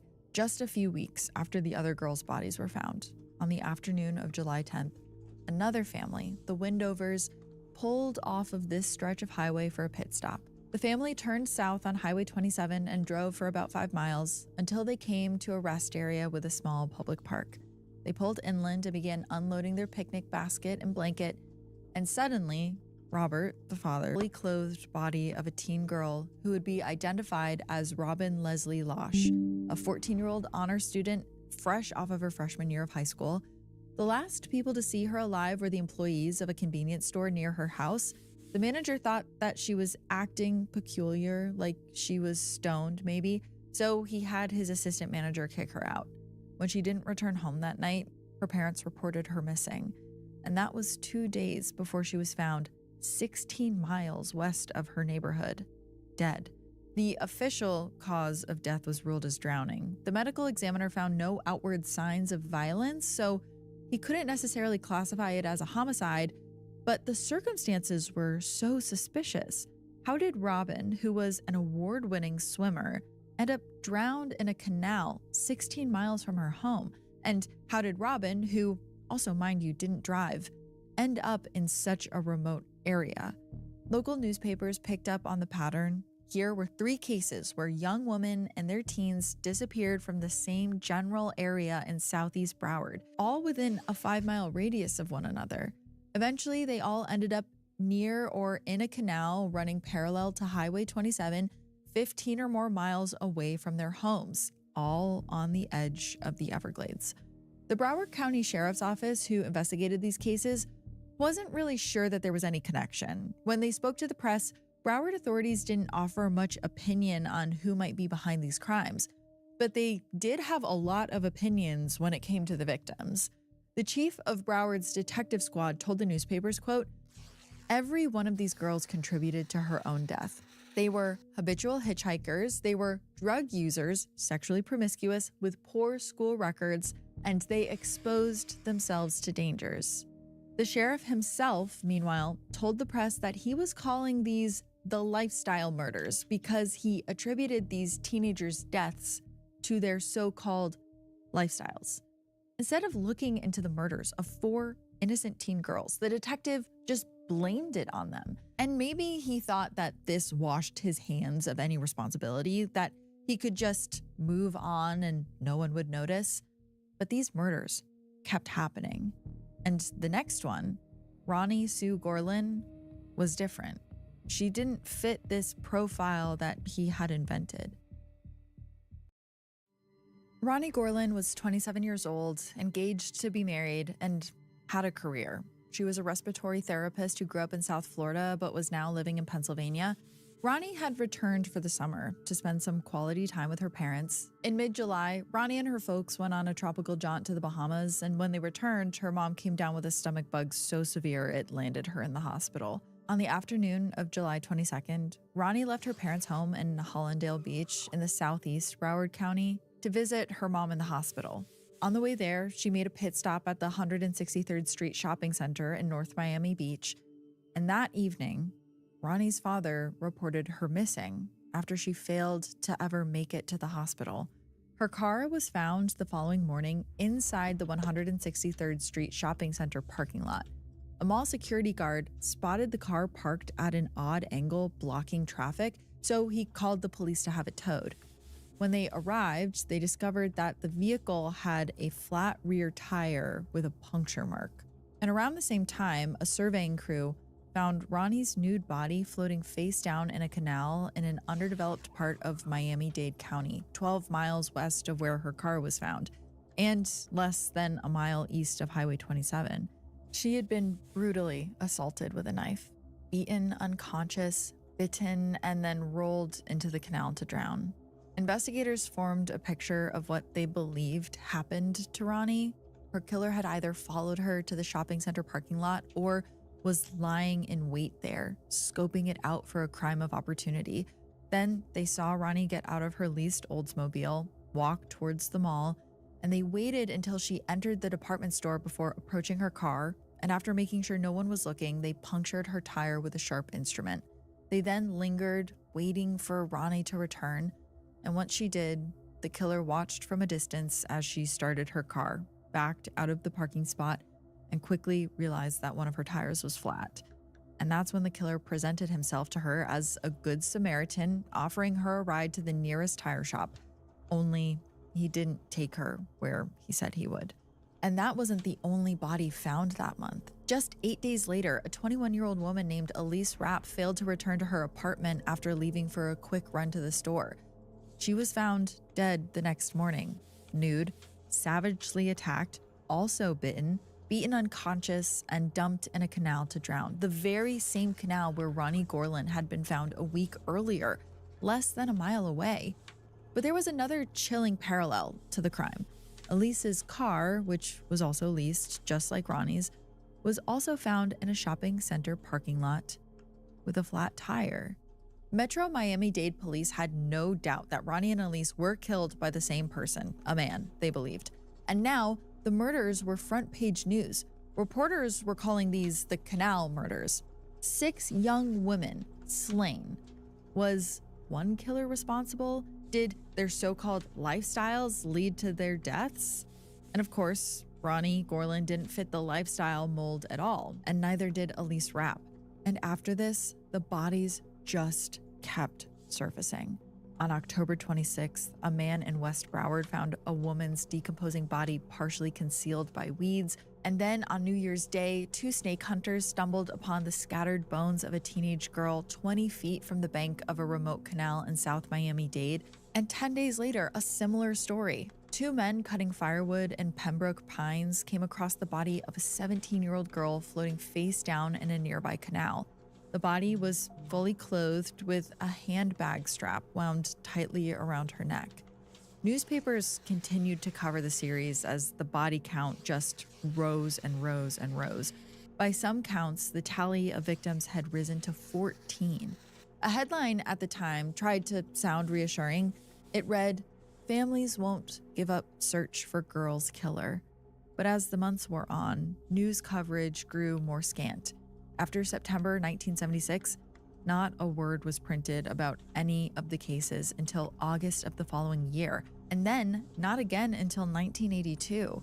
And then, after that, not till 1990, when a Miami Herald columnist revealed that Ted Bundy had actually been asked about Ronnie Gorlin and Elise Rapp's murders shortly before his execution. Bundy denied that he was responsible, and investigators couldn't necessarily place him in Florida that exact summer. The cases after that then faded almost completely from public awareness and into obscurity. It seemed like they would never be solved, as if the only people still thinking about them were their loved ones, whose hope for answers grew dimmer with each passing year. It was easy for police to forget about the young women who brought their deaths upon themselves, as they told the public, and all of these cases went cold. But what have we talked about on this show before? Sometimes all it takes is a fresh set of eyes, someone with a dark curiosity who won't let a mystery go. And in 2023, that person found this case. Because that's when a new generation of investigators inherited these cold cases. The Broward County Sheriff's Office now had a dedicated cold case department, and one detective named Andrew Giannino decided to pull the Darlene and Barbie file and give that case another go. The Broward County Sheriff's Office now had powerful new technology at its disposal, a tool called the MVAC, which is able to pull DNA from biological matter otherwise too degraded to extract with conventional methods. The crime lab put the MVAC to use on the clothing that Barbie and Darlene were wearing when they were killed, and the criminalists were able to successfully develop 2 male DNA profiles from the biological material left behind on the girls' clothing. One of these profiles was more complete than the other, so Detective Giannino uploaded that profile into CODIS, the national database, and immediately there was a hit. The DNA profile belonged to a Fort Lauderdale native named Robert Clark Keebler, a convicted sex offender with a lengthy rap sheet and a very violent history. 2 years would then pass before Broward investigators were able to identify the man with the second DNA profile, and that man's name was Lawrence Stein, a known friend and criminal accomplice of Robert Keebler's. Together, these 2 men had committed many other crimes, including multiple sexual assaults in California and Arizona, dating all the way back to 1972, and the abduction of 2 teen girls in Plantation, Florida in 1974, the year before the murders. Around the time that Barbie and Darlene were killed, Keebler was known to drive a white van, much like the one the girl's friend had seen them getting into with 2 men the night they disappeared. Police finally knew who Barbie and Darlene's killers were, and Broward County closed the case without bringing charges against either man, though, because both of them were dead. Keebler had died in 2019, and Stein died all the way back in 2005. And probably the most tragic of all of this is that the parents of Barbie and Darlene died long before they could learn the identities of the men who took their daughters' lives. Investigators are still continuing to explore whether Keebler and Stein may be responsible for the other unsolved murders. So far, they haven't linked them to any additional crimes, And investigators don't necessarily believe their MO fits the murders of, say, Ronnie Gorlin and Elise Rapp, whose killer flattened his victims' tires in mall parking lots. But that brings up the horrifying reality that multiple killers could have been stalking the area around the Everglades, waiting for vulnerable young women walking by themselves. Even now, more than half a century later, people believe that there are still killers out there taking advantage of how good a place the Everglades is to dump a body. It's not like 1975 was the first time murdered women turned up in South Florida canals, nor was it the last. But one thing is for certain, and remains the biggest mystery of the area today. There were more bodies found in or near South Florida canals within a 1-year period from spring 1975 to winter 1976 than during any other year before or since. But bodies have continued to surface in the area, and it happens so often that the people around there might have grown accustomed to hearing stories of these bodies being found in the marshland and in the canals. Actually, they're probably accustomed to hearing a lot of weird things about the Everglades. Because bodies turning up is not the only strange thing that happens there. No. Some people believe that there is a kind of force in the Everglades that draws things in, like planes. So let's continue on deeper into the Everglades as we shift gears a little bit and explore the mysteries of what locals call the Everglades Triangle. And let me tell you, the Bermuda Triangle has nothing on it. Since the beginning of the 20th century, anywhere between 50 and, by some estimates, over 100 planes have plunged into the murky and critter-filled depths of the Florida Everglades, a vast and indifferent wilderness where things tend to vanish without a trace, earning itself the name, the Everglades Triangle. And I want to tell you about one of the most mysterious plane crashes that occurred there. The date is December 29th, 1972. Eastern Airlines crew at JFK Airport have just made their final boarding call for Flight 401, scheduled to depart New York for a 2.5-hour flight to Miami. 13 crew members and 163 passengers settled into the wide-body Lockheed TriStar jet with 2 aisles and a movie screen for in-flight entertainment. At around 9:20 p.m., the plane lifts off into a clear, moonless night sky. The cockpit crew for this evening's flight are Captain Bob Loft, a 32-year-old veteran pilot with nearly 30,000 flight hours who ranks 5th in seniority at Eastern Airlines, and sitting next to him is his first officer, Albert Stockstill, a 39-year-old former Air Force pilot with 5,800 flight hours. Everything is smooth sailing and routine for most of the way. That is, until 11:32 p.m., when the flight crossed into the airspace right above the Everglades and began its final descent into Miami. Captain Loft puts the landing gear in the down position to prepare for landing. But then, First Officer Stockstill notices something. The nose gear indicator light, which is supposed to turn green when the landing gear is locked, is dark.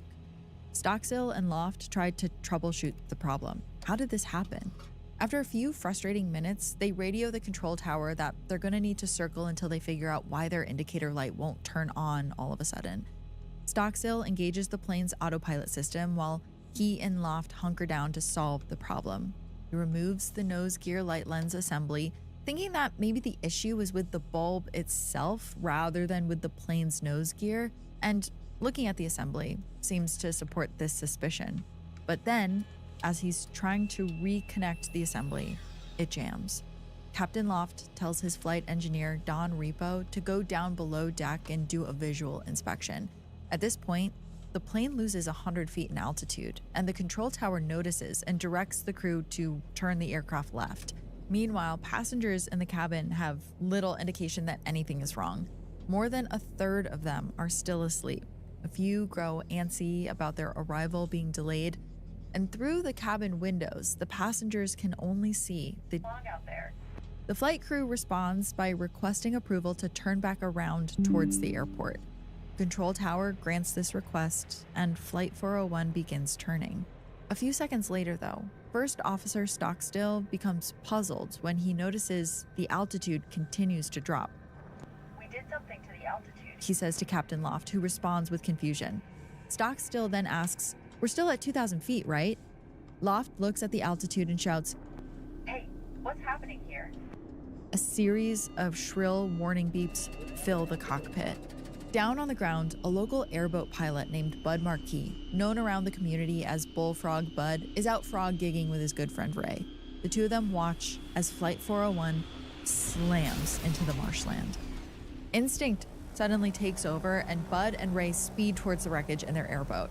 At the crash site, he finds dozens of people still alive by some miracle. The fuselage is being pulled into the muck, and in the distance, the flames are reflecting off of alligators watching and waiting. But Bud immediately gets to work, helping the wounded get out. For the next hour, Bullfrog Bud rescues survivors, shuttling them to safety in his airboat, 2 or 3 at a time, as many as he can fit. And he continues doing this even after trained rescuers begin to arrive at the scene. And at that point, the roaring and whirring of airboats and helicopters was completely drowning out the survivors' shouts for help. It made it really hard to locate them amongst the tall weeds of the wetlands on this moonless night. Workers could hear the screams, but they couldn't tell where they were coming from. They started trudging around in the dark, murky waters of the Everglades, trying to rescue people before it was too late. And during all of this, they could hear the sound of flight attendants singing Christmas carols to keep morale up. And they could see little flames flickering from passengers who had lit matches to help themselves be found, trying to keep the flames high so they didn't ignite the jet fuel that was all around them. Ultimately, 5 crew members and 94 passengers were pronounced dead. 8 flight attendants and 67 passengers, however, did survive, most with pretty serious injuries. First Officer Stockstill died on impact. Captain Loft died in the wreckage before he could receive medical aid, and Flight Engineer Repo later succumbed to his injuries at the hospital. Many of the dead passengers were seated in the midsection of the plane. It was found that the energy of the plane's impact was absorbed and mitigated by the soft mud of the swamp, which also helped cover the survivors' wounds and slow their bleeding. Though 8 were infected with pathogenic swamp organisms that required isolated recovery in hyperbaric chambers. Of the 77 survivors, 17 had only minor injuries and required no hospitalization, thanks to the impact being absorbed by the Everglades. Now, the National Transportation Safety Board led an investigation into the crash, and what they discovered was that somehow the autopilot had switched off while the pilots were trying to troubleshoot the indicator light. But what made the autopilot disengage? No one could really say for sure, though people couldn't ignore the fact that the second the plane entered the Everglades airspace, things started going wrong. Parts started malfunctioning, and the plane started rapidly descending, as if it was getting pulled by a force into the black swamp below. They just attributed it to the strangeness of the Everglades. But like I said in the beginning, the deeper we get into the marshland, the stranger it's going to feel. And now we're working our way from the perimeter all the way to the dead center, as far from the road as you can get. The darkest area of the Everglades where few have ever ventured. But the ones who have gone there have come back with stories.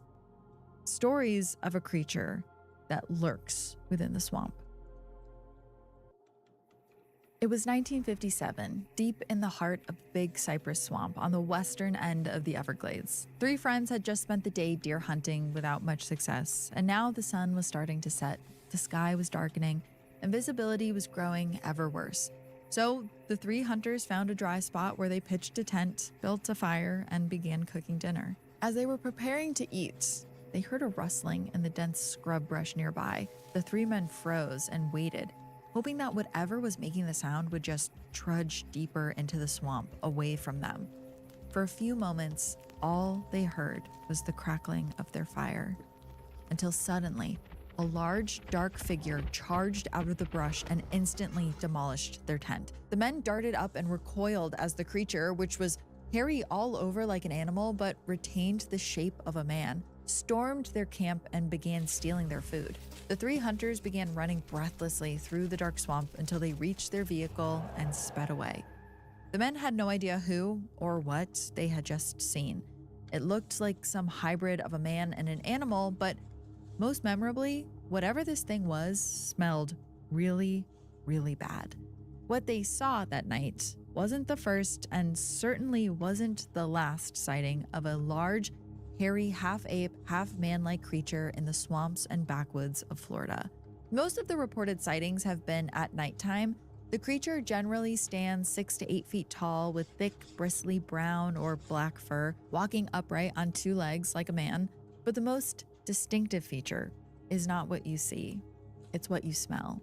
This Bigfoot-like creature has been called the Florida skunk ape, so named for its absolutely overpowering stench, which some believe is due to its habit of sheltering in abandoned alligator dens in the intensely humid Florida heat and trudging through the bacteria-rich swamp water. The Florida skunk ape is known by many names. The indigenous Seminoles of the area called it Esti Japjaki, which translates roughly to furry cannibal giant. Others call it the swamp ape, the stink ape, the Barden booger, or the abdominal swamp man, which is my personal favorite. To date, there have been over 600 documented sightings of the Florida skunk ape, exponentially more than the Yeti, which makes the skunk ape one of the most frequently cited Bigfoot variants in the entire world. And 600 might actually be an undercount because many of the sightings go undocumented out of fear of ridicule. But even with the sightings that we have, Florida is now the second most common place to see a Bigfoot or Bigfoot variant. What might be the first documented sightings occurred all the way back in 1884 in the Florida Panhandle, where a band of former Confederate soldiers formed a posse to track down someone or something that had come to be known locally as the Ochese Pond Wild Man.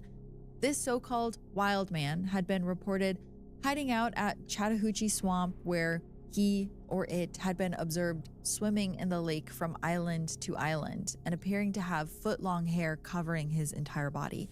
The posse eventually located and captured the wild man, and reportedly they concluded that he must be an escaped mental patient. So they carted him off to the Tallahassee Insane Asylum, and from there he was taken back to Chattahoochee, where scientists tried unsuccessfully to determine if he was human or not. And that really is where the documentation of that incident ends. And the true nature of the Ochese Pond Wild Man remains a mystery to this day. After this, however, sightings of this creature just kept piling up. In the 70s, a 10-year-old boy named Dave Shealy was out deer hunting in Big Cypress with his older brother when the sight of a skunk ape plodding through the swamp stopped them in their tracks. As they stared in awe of the creature, which was unlike anything they had ever seen, rain began pouring down on the area. And the skunk ape didn't seem to like this, and so it quickly scurried away into the unseeable distance. And then 3 years later, 2 Palm Beach County Sheriff's deputies had their own unbelievable encounter with the skunk ape when a large ape-like creature stalked them through an orange grove in the city of Lantana. The 2 deputies drew their guns and fired at the creature, who then grunted and receded back into the thick woods. The deputies followed the footprints it left behind to a barbed wire fence, and in a part of the fence that appeared to be disturbed, they found a tuft of hair that had gotten snagged. By 1977, so many sightings of the skunk ape had been documented that a Republican state House representative named Paul Knuckles proposed a bill, House Bill 1664, to protect skunk apes, making it a misdemeanor to, and I quote, take, possess, harm, or molest anthropoid or humanoid animals which are native to Florida, popularly known as the skunk ape, end quote. The bill passed committee, and the Florida legislature came close to making the skunk ape a protected species before the bill died unceremoniously. 20 years later, Dave Shealy was now in his 30s and still thinking about that skunk ape encounter that he and his brother had in Big Cypress Swamp in 1974. And as we know, as time passes and technology improves, folkloric stories of creatures in the woods tend to disappear because no one is ever able to capture them on their cameras. But the skunk ape is one of a handful of creatures that only became more compelling with the invention of handheld cameras. See, in July of 2000, Shealy saw another skunk ape, and this time he had a video camera ready. With his camera, he captured footage of a dark figure slogging through swampy water on 2 legs with an unhurried gait before it disappeared into the brush. I'm going to include footage of this on our Instagram at Heart Starts Pounding for those who are just listening. It wouldn't be long before even more compelling evidence of the skunk ape's existence would surface. In fact, in January of 2001, what some believe is the most definitive proof that the skunk ape is real arrived with an anonymous letter at the Sarasota County Sheriff's Office. The letter, which was printed from a computer, was written by someone who claimed to be an elderly woman who noticed one morning that apples had been stolen from her back porch. Yes, she kept apples on her back porch 2 nights in a row. On the 3rd night, the letter writer said she heard low whooping style sounds and movement coming from the porch area. And when she went outside to investigate, she observed something that looked like an orangutan crouching from behind a palm frond about 10 feet away. The letter writer said that she then raised her camera and snapped a photo of the creature, who froze as soon as her camera's flash went off. She then took a second flash photo, at which point the creature stood and lumbered off into the bushes. In her letter, the writer described the creature as standing 6 to 7 feet tall and giving off an awful stench that lingered in her backyard well after the creature ran away. The writer signed her letter not with her name, but with "God bless," followed by "I prefer to remain anonymous." You know, some believe this letter is a hoax, but others have pointed out that the letter writer does sound credible. She doesn't contradict herself at any point, and her tone is not sensational. Rather, she seems baffled and genuinely concerned. "I'm a senior citizen," she stresses in the letter, "and if this animal had come out of the hedgerow after me, there wasn't a thing I could have done about it. I'm concerned because my grandchildren like to come down and explore in my backyard. An animal this big could hurt someone seriously. My husband says he thinks it's an orangutan. Is someone missing an orangutan? I saw on the news that monkeys who get loose can carry hepatitis and are very dangerous. Please look after this situation. I don't want my backyard to turn into someone else's circus." She then includes with the letter 2 photos that she took, which have come to be known as the Miyaka photos. And opinion is definitely split on what these photos depict. A primate specialist in Japan took a look at these photos and claimed to have identified the creature as a commercially available gorilla costume, although no one has ever been able to identify which costume it would have been, which means that it wasn't really that commercial. Multiple veteran Bigfoot researchers have studied the image and reached the conclusion that the photos are a hoax. But cryptozoologist Lauren Coleman has said that he believes the photos are authentic. He wrote that the creature in the images, quote, "looks like what would be expected of an unknown primate in the underbrush in Florida." Over the years, more videos and images have surfaced purporting to show the Florida skunk ape. One video was posted on YouTube in 2013, and it was largely met with ridicule. Most of the evidence tends to dissolve under intense scrutiny.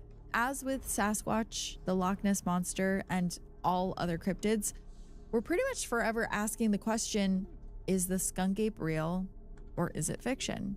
If it's fiction, then what is it that over 600 people dating back to the 19th century have seen out there in the swampy wilds of Florida?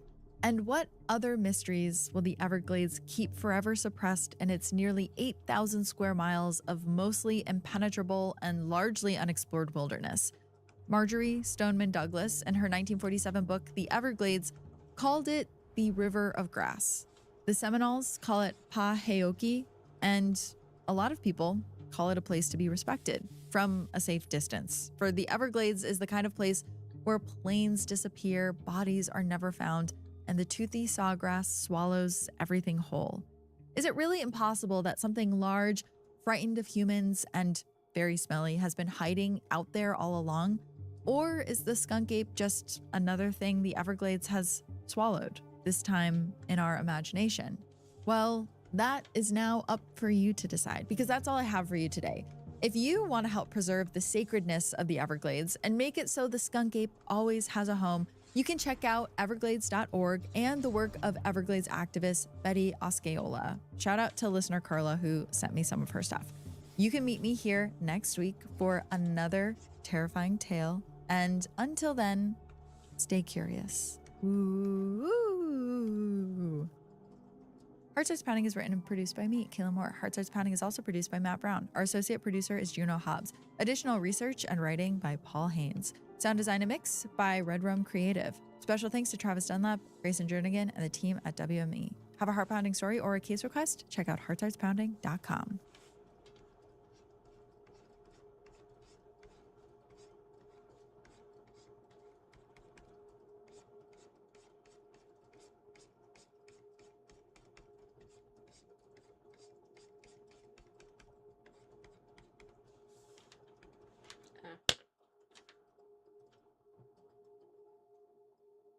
We're talking today about some of the wickedest witches to ever walk the earth. I'm going to tell you about the witch that lives in the forest in Mexico and abducts men, about a green witch who lives in a lake and drags children to the bottom, and so much more.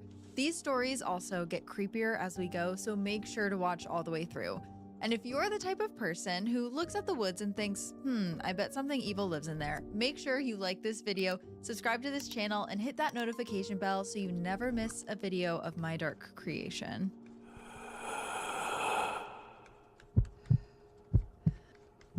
It's when your heart starts pounding. It was a sunny spring morning in the rural county of Lancashire, England. 6-year-old Mary Fenwick was at the edge of her family's farm playing with a hoop and stick toy that she borrowed from her brother Jack, without his permission. As she crested a hill, the hoop sped up, rolling out of reach. Mary chased after it, falling further and further behind until it teetered and fell, landing with an unexpected splash. Mary skidded to a stop. A short distance away, the hoop floated amidst a sea of green. What looked like a grassy field was actually a small lake blanketed in pondweed. Mary's parents had warned her about ponds like this. The countryside was full of them, and if you weren't paying attention, you could walk right in. But as she eyed the pond, it was her brother Jack's voice that echoed in her mind. "You know why Mom and Dad won't let us play near the water, don't you? It's because she's in there. The witch. She grabs kids who wander too close, drags them to her lair, and eats them. That's why they call her Wicked Jenny." The name alone sent shivers down Mary's spine. But, she thought, Jack just told her stories like that to scare her, and she was older now, and braver. She wasn't gonna fall for it. Jack's hoop was still drifting across the pond, further and further from the shore. Mary hurried after it, edging along the bank, and when she was as close as she could get, she leaned out, reaching with her stick. But it was no use. Frustrated, she eyed the hoop, still just out of reach. She looked at the murky black water covered in pond scum, and a small bubble reached the surface from underneath, and it popped. Taking a big breath, she gathered her courage, knelt down, unbuckled her shoes, set them on the bank, hiked up her skirt, and she waded into the pool. Mud squelched between Mary's toes as she fought through the web of vegetation. Finally, she could reach far enough, and her fingers closed around the hoop. She turned and scampered back out, grinning with relief. Silly Jack, there was no witch in this pond. But as she stepped onto dry land, something slimy and cold curled around her ankle, like the pond scum had come to life. Mary looked back over her shoulder and screamed. A pair of large yellow eyes were poking out of the water, staring at her through stringy hair. It was a woman, with green, rotting skin hanging limp from sallow cheeks. For a moment, the woman was still, her cold hand holding Mary's ankle below the surface. But then, the hag leered at her with dagger-like teeth and dug her nails in further. With a sharp jerk, the witch dragged Mary into the pond. The girl's screams died as she disappeared beneath the water. Within moments, the surface stilled, pondweed reforming in her wake, and one single bubble rose to the surface and popped. The only evidence of anything amiss was the pair of shoes resting on the bank and the hoop floating nearby.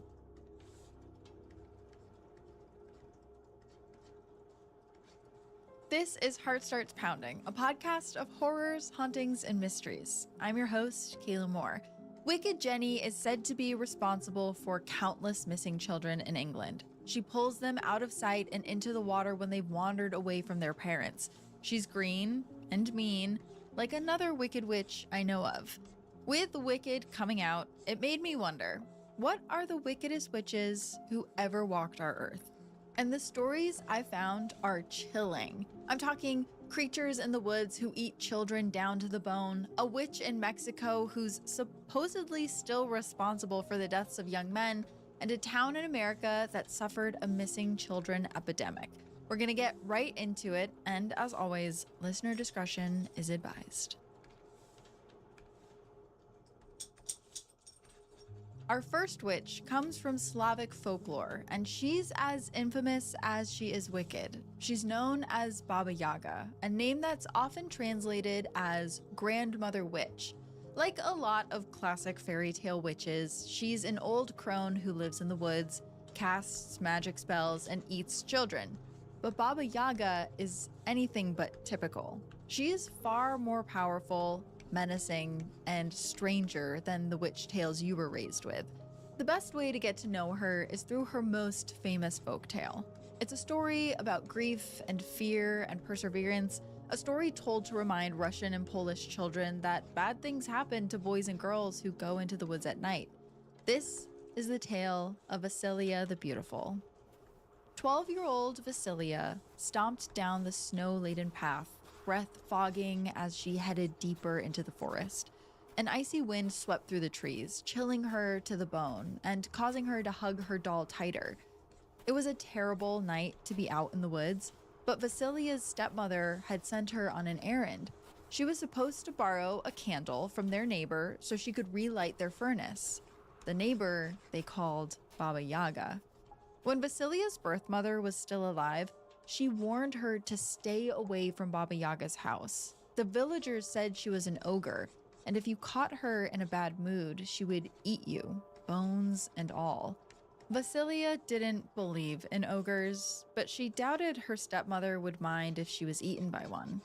The woman had waited until Vasilia's father was out of town, and then sent her on an errand in the middle of a snowstorm. She probably expected Vasilia to freeze to death, but the girl was determined to complete the task. She would get the candle, return home, and show her stepmother that she wasn't going anywhere. And if Baba Yaga did turn out to be an ogre, well, Vasilia had a way of dealing with that too. See, the doll she carried was magic. At least her mother had told her that it was. She had given the doll to Vasilia on her deathbed, along with the promise that Vasilia would never be harmed as long as she kept it with her. The girl swore the doll had other magical powers as well, though. Sometimes she would fall asleep before she finished her chores, only to wake and find that they were done, like the doll had completed them in the night. Vasilia held her doll close to her chest and trusted that it would protect her from Baba Yaga. But it wasn't much help against the cold. Just as her lips were turning blue, she glimpsed a light flickering through the trees. Desperate for a bit of warmth, she dashed ahead until she emerged from the trees and came to an abrupt stop. Standing before her at the center of the clearing was the strangest house Vasilia had ever seen. The small log hut towered over the clearing on a pair of slender trees, like it was a giant tree house. And the fence surrounding the house was made entirely of bones. Lanterns fashioned from human skulls stood atop each post, eyes flickering with an eerie menace. Vasilia stood frozen in terror, clutching her doll like a shield. Before she could move, there was a sound like rushing wind. The trees of the clearing parted, and a woman emerged from the forest. For a moment, Vasilia could only stare. Baba Yaga wasn't an ogre, but she was ugly enough to be one. She had an obscenely long, hooked nose, heavy, wrinkled gray skin, and more age spots and warts than Vasilia could count. A few strands of white hair poked from her headscarf, and she smelled of rot. Glancing down, Vasilia saw that the witch's leg was decayed, exposing the bone underneath. She approached Vasilia. Getting so close, the girl could smell her rotting stench. "I thought I smelled Russian flesh," Baba Yaga snarled, licking her black iron teeth. It was too late to turn and run, so Vasilia gathered her courage and bowed. She then introduced herself, explaining that it was her stepmother that had sent her to borrow a lit candle so they could reignite their furnace. As Vasilia spoke, Baba Yaga's grimace curled into a grin. "I'll give you a light," she said, "if you'll work for it." And then she turned and sped towards the house, beckoning for Vasilia to follow. And as Vasilia neared the gate, the closest skull lantern pivoted towards her, and the light within it suddenly grew brighter, until Baba Yaga snapped her fingers. "The girl's with me," she said. And the light died, and the gate flew open. So the interior of the house was surprisingly homey and mercifully warm. A black dog sleeping by the stove lifted its head and growled as they entered, but again, Baba Yaga snapped her fingers and it went silent. The witch wasted no time putting Vasilia to work. Her first task was preparing dinner: a pot of borscht, a side of beef, 10 jugs of milk, 1 roast pig, 20 chickens, 40 geese, ale, beer, and cider. Baba Yaga sucked it all down, leaving just a crust of bread for Vasilia. Not that she had time to enjoy it, because once she finished cleaning up from dinner, Baba Yaga gave her an extensive list of chores. If Vasilia could complete them by morning, she could leave with the candle she requested. If not, though, Baba Yaga would eat her. With that said, the old witch flopped down on her massive feather bed and began to snore. For the briefest moment, Vasilia looked around, paralyzed by the enormity of her task. And then she moved, attacking the list with gusto. She fed the cat, then the dog. She tended the garden and oiled the gate. And at last, she reached the final task: pick through a massive sack of millet by hand, separating the tan seeds from the black seeds. The task alone could take days, she realized, and dawn was just hours away. Baba Yaga had set her up to fail, and now she was going to be eaten. But Vasilia refused to give up. She started furiously picking through the seeds, sorting them into 2 neat piles. But she'd been working for hours. Her movements were growing sluggish, and finally, her eyelids fluttered shut. The next thing Vasilia knew, the sunlight was streaming through the window, and Baba Yaga was standing over her. "Well, did you finish?" the witch demanded. Vasilia opened her mouth to confess that she had not, until she noticed the 2 piles of millet sitting beside her, 1 tan and 1 black. Her mother's doll had come to her rescue during the night and had completed the task. "I have finished," Vasilia announced, and she watched as Baba Yaga's expression shifted to disbelief and then fury. "Impossible," she snarled. "Now I'm going to eat you just for making me mad." Baba Yaga demanded that Vasilia fire up the stove, and then she stormed out of the room. As soon as she was gone, Vasilia grabbed her doll and bolted for the front door. The black dog lifted its head as she ran past, but it didn't move from its spot. She had fed it the night before, and so now it knew she was a friend. And since she had oiled the gate the night before as well, it made no noise as she slipped out. As she shut the gate, Vasilia snatched one of the flaming skulls from the fence. There was no way she was going home without a light after all she had been through. But just then, Baba Yaga's howl rose from the hut. Vasilia didn't look back. She dashed into the woods and kept running until her own house came into view. Her stepmother and stepsisters looked up as she barreled through the door. "What took you so long? We've been freezing," her stepmother snapped. No concern for Vasilia's safety, just anger she didn't get there faster. Before Vasilia could respond, the eyes of the skull lantern began to glow again. The jaw fell open and a jet of fire erupted outwards, shooting right at her family. Her stepmother and stepsisters fell to their knees, screaming as the flames consumed them. Vasilia backed away, clutching her doll once again to her chest while the lights of the fire danced in its black button eyes. There was nothing she could do to put out the flames. She and her doll watched in horror as her stepfamily was burned to ash. When the fire died down, Vasilia buried what was left of the bodies in the backyard along with the skull lantern. A few days later, her father came home and she told him everything. And after that, they moved far, far away. And Vasilia never saw Baba Yaga again. And that's just one version of Vasilia's story that was passed around Eastern European communities for generations. And I do recommend checking out the full tale. One thing that's interesting to note about this story, though, is while Baba Yaga was said to be a dangerous and bloodthirsty witch, at the end of the day, she sort of did help Vasilia. And that's the thing about Baba Yaga. She's wicked, yes, but in a lot of stories, she's surprisingly helpful. Like an evil fairy godmother who intervenes in the most horrifying way possible by barbecuing your stepmom. You can't trust her to not eat you, but if you keep your wits and your end of the bargain, she might just save your life. Because love her or fear her, she knows best. Our next witch comes from Mexico's Yucatan Peninsula, and she's different from Baba Yaga in almost every way imaginable.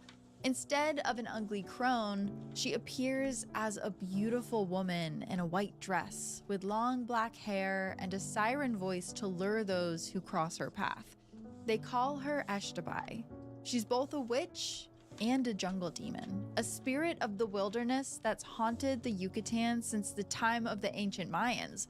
And yet, people still fear her today, over 2,000 years later, because it's said that she still lurks in the jungles of Mexico, luring in men and killing them. And in fact, there are recent stories of her doing just that, like this one. This story occurred in the 1990s in the city of Mérida. One morning, a frantic woman, we'll call her Sophia, walked into the Comshen police station with her trio of young children. She approached the front desk and told the officer she wanted to report a missing person. Her husband, Isidro, hadn't come home the previous evening, and this wasn't like him. His friends often headed to the bar after work, but Isidro never went with them, and he always came straight home. Sophia had already called their neighbors and local hospitals to see if anyone had been brought in, but there was no sign of him anywhere. The police took down the information, but didn't offer much help. He probably got drunk and wandered off, they said. No need to worry. So Sophia decided to take matters into her own hands. She contacted family and friends and put together a large search party. Together, they combed the road between Isidro's house and the bus stop where he waited each day, scouring the area for any clues. Maybe he had dropped a wallet, she thought, as she scanned the tall grass near the road. But deep down, she was afraid that she would stumble upon his body.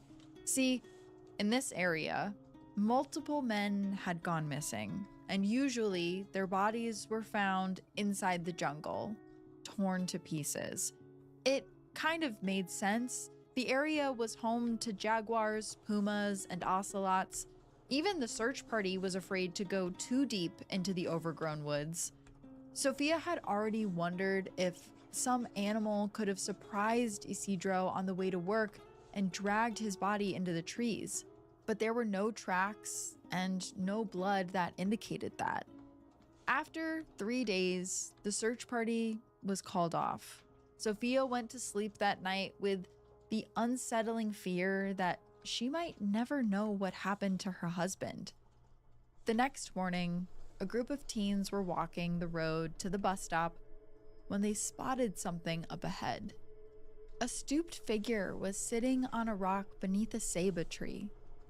It was Isidro, severely dehydrated and malnourished, but alive. Sophia got the call and rushed to the hospital with her family. Isidro was agitated and confused, but showed no signs of injury. When Sophia asked where he had been, he couldn't tell her. The last thing he remembered was walking home along the highway after work. He was just passing the ceiba tree when he heard a soft voice calling from the jungle, repeating his name. Isidro, Isidro. He turned, eyes sweeping the tree line, but he was alone. Isidro chalked it up to exhaustion and just turned back around. But not 5 feet away, a woman stood beneath the tree. She wore a simple white dress. She had silky black hair that stretched down to her ankles, concealing most of her face. But the sliver he did see was beautiful. Isidro, she repeated in that strange musical voice. You look tired. My home is not far. Come, you can rest and regain your strength. Isidro frowned, as they were still miles from town, and he didn't know of any houses nearby. When he asked the woman where she lived, she just smiled and turned and pointed up to the jungle-covered mountains. In the hospital room, Isidro fell silent, staring into space, like he was reliving the memory. When Sophia demanded to know what he said to this woman, he just shook his head. He couldn't remember. After the woman invited him home, Isidro blacked out, and he woke up beneath the ceiba tree 5 days later. So this was hardly a satisfying explanation as far as Sophia was concerned. Her relief at finding him alive was completely gone and replaced by a horrible suspicion. Did he go home with this strange woman from the woods? Was he off having an affair while she organized a whole search party? Was any of his story even true to begin with?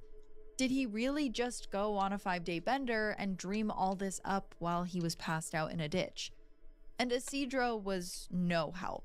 He stuck to his story, insisting that he'd been sober when he met this woman, but he didn't remember anything else. So Sophia wanted to keep pressing, but he was exhausted, and she let it drop.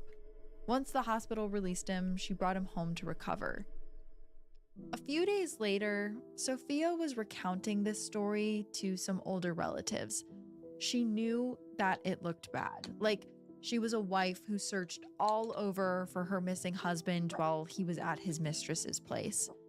But as she got into Isidro's meeting with the strange woman, the elders raised their eyebrows, almost in a knowing expression.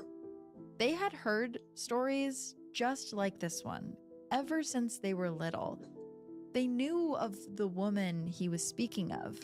And when Sophia pressed them on it, they told her a story that was stranger than anything she'd expected. Over 1,000 years ago, before any Europeans arrived in the Yucatan, Merida was the site of a Mayan city. 2 beautiful sisters lived there who could not have been more different from each other. Ishkiban was outgoing, warm, and charitable. She gave generously to the poor and she took care of sick animals. But she also had a reputation in her community for being promiscuous and had a revolving door of boyfriends, or so they described her as having. And these boyfriends were sometimes regarded as lowlifes and drunks. Her neighbors called her a harlot, and they threatened to run her out of town. Meanwhile, her sister, Utskolil, was the total opposite. She was cold, and she was self-centered, but she was chaste. She never cared about anyone but herself, and yet people in the community kissed the ground she walked on because of her purity. At one point, the kind-hearted Ishkiban stopped showing up in town. and when her neighbors stopped by her house to check on her, they found a strangely fragrant smell wafting from the windows.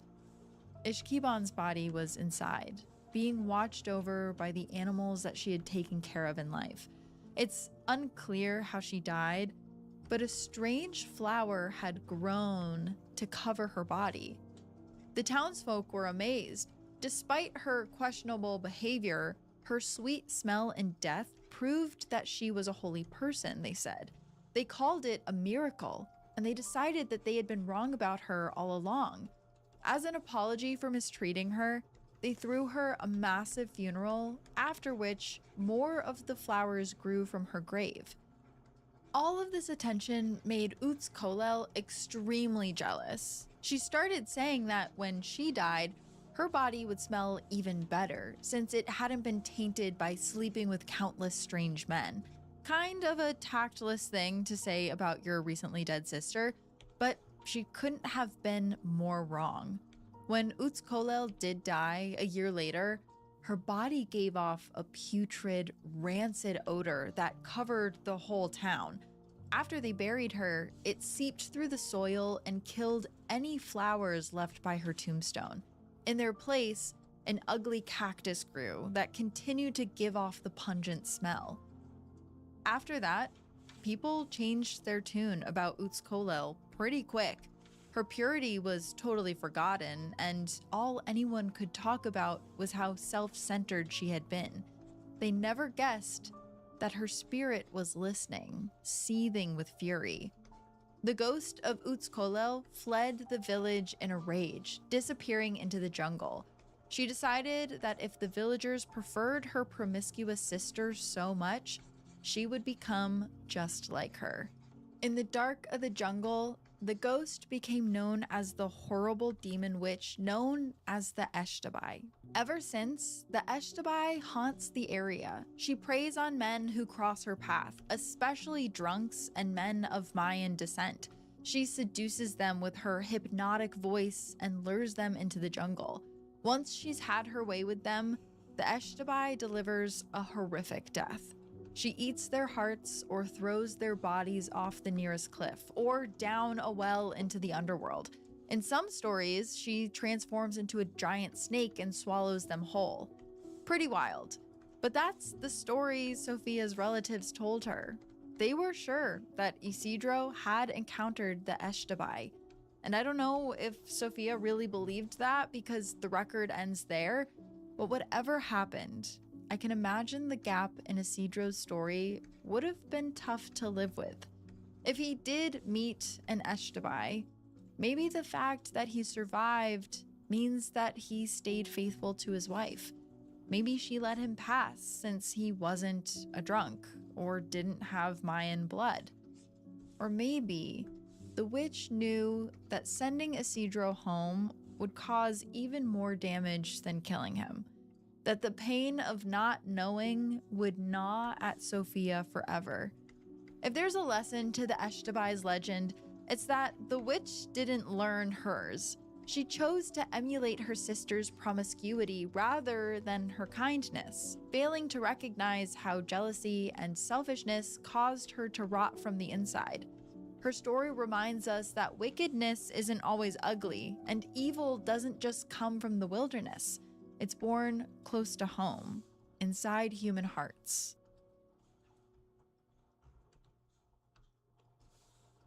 For our last story, let's head over to the United States, a country with no shortage of wicked witches. In towns all over the US, people whisper about the spirit of a witch that haunts the nearby woods. While the details of these legends change from place to place, you'll find a familiar refrain. The witch was a talented healer, a woman who provided folk medicine to the community. But because she was different, or she was ugly, or she lived outside of the town, people decided that she was evil. They persecuted her and killed her for it. And it was that crime, that ignorance, that turned her into a vengeful spirit. It's like these legends are America's way of grappling with its bloody past. The fact that in the 17th century, many towns murdered innocent women in senseless witch trials. So I actually come from a place like that. My hometown is the site of the first witch hanging on US soil. Alice Young lived right down the road from me, and she was my age when she was hanged in 1647, 45 years before the Salem witch trials. So I've seen how this kind of trauma still lingers. The guilt and fear never go away. They fester. And I think it explains why, in so many American legends, the witch is also a victim. She doesn't start out wicked. She's not evil. She's just misunderstood. Well, this is not one of those stories. It begins in the 1930s in the town of Gadsden, Alabama. Across the country, Americans were suffering from the Great Depression, but Gadsden was booming. Heavy government subsidies created a lot of construction jobs, and because of that, people were flooding the area for work. But while it was still growing, Gadsden was still a small town at heart. Travel a few miles south of Broad Street and you'd hit dairy farms. A few miles north and you would find dense woods that went on and on. For the old-timers, those woods had long been off limits. Parents told their kids to steer clear of the trees. But the newcomers either didn't hear those warnings or they ignored them. And slowly, their children started to disappear. It was just a trickle at first. First, one child went missing. Perhaps he fell into a river while out playing.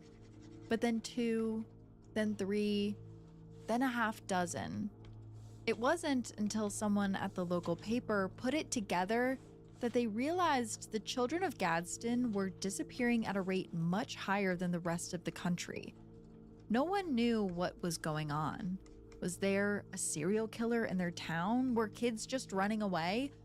Well, one day, a young boy named Elijah came running into town, scratches all over his face, his shirt torn to shreds. He had been playing in the woods with his brother, and they had seen something. They caught a glimpse of a large black dog out for a walk with its owner. The strange woman also appeared to live out in the woods. She was young and beautiful, with raven black hair and emerald eyes. But the young boy said as she walked back towards her property, he noticed the arm of a young child sticking out of the dirt. He turned and ran as fast as he could, but now he couldn't find his brother. "Oh, that's Sarah Torbett," the adults told him. According to the old-timers, Sarah and her infant son lived in a cabin a short distance from Hines Road. No one knew who her son's father was, and that caused some side glances from people in town. So Sarah thought it was just best to live further away from everyone. One of the elders told him that there was nothing to worry about, that Sarah was just an odd woman who lived in the woods. But another woman disagreed. She had a hunch that Sarah had something to do with the missing children. Under increasing pressure, the mayor of Gadsden held a town hall to address the problem, and everyone from the community came. Some parents even arrived holding the missing flyer of their child, including the parents of the little boy who lost his brother in the woods. They were quick to bring up the issue of Sarah, but the newer residents tried to brush it aside. They wanted solutions, not a witch hunt. But then the old woman stood up, and what she had to say had everyone in silence. The woman had lived in Gadsden since she was a young girl. And even back then, her parents told her to stay clear of the woods, and the woman who lived inside, the one with emerald eyes and raven hair, who went by the name Torbett. The newer residents weren't exactly impressed by this revelation. Everyone knew Sarah's family had lived in the area for a long time. That woman was probably her grandmother. But the old woman disagreed. She said the woman who lived in the woods back then looked exactly like the Sarah Torbett they knew in 1939. 80 years later, she hadn't aged a day. This, she said, was proof that her parents' warnings were true. Torbett was a witch who had sold her soul to the devil in exchange for eternal youth. For close to a century, she had been murdering the children of Gadsden and using their bones and blood in her occult rituals. And with more people moving in, she was only getting stronger. The town hall erupted into chatter. "That's ridiculous," someone shouted. But Elijah knew what he saw in the woods. The definitive sight of a child's arm, covered in dirt, sticking out of the ground like it was reaching for him to come save him. He worried about where his brother was. When the meeting finally ended, his parents left the hall holding onto each other. Elijah walked behind them, kicking rocks on the ground, when he heard something coming from the tree line next to the town hall. A laugh. He looked to his right and could see the moon reflecting off the strange sight of a woman with raven hair bent over backwards in a bridge position, her upside-down face twisted into a frightening grin. The boy stopped and looked at her, and she gave another laugh. And then she scuttled back into the woods like a spider. That night, the boy told his father what he had seen, and his father believed him. He knew something was going on with Sarah, and he was determined to find out what. So he organized a small search party with his neighbors, and that same evening, they set off into the woods to find the woman. Night was falling as they neared the woman's cabin. The men were hurrying down the path, torches in hand. A breeze was rustling through the leaves when they smelled an overpowering stench. It was coming from a small cave hidden amongst the trees. One of the men volunteered to go check it out. He took a torch and he crept inside while the others waited. He'd only been gone a few minutes when they heard his blood-curdling scream. The man came sprinting out of the cave, face pale, eyes wide with terror. When they asked what he had seen, he just shook his head and whimpered. He'd been struck completely mute. Before anyone else could investigate the cave, there were more shouts from further up the path. Part of the group had continued on and had come across a small pond with dark objects floating in the water. Then, the moon peeked from behind the clouds, flooding the pond with light, and the men started to vomit. The water was deep crimson. The pond was filled to the brim with blood, and the objects floating on the surface were arms, legs, and torsos, the dismembered bodies of the missing children. Once they'd gotten over the shock, the men raced down the road to Sarah's cabin. Smoke was rising from her chimney, and they could hear her inside singing a lullaby. The mayor pounded on the door and shouted, "Is that you, Torbit, you witch?" The lullaby stopped, and in its place came a high, cruel laugh.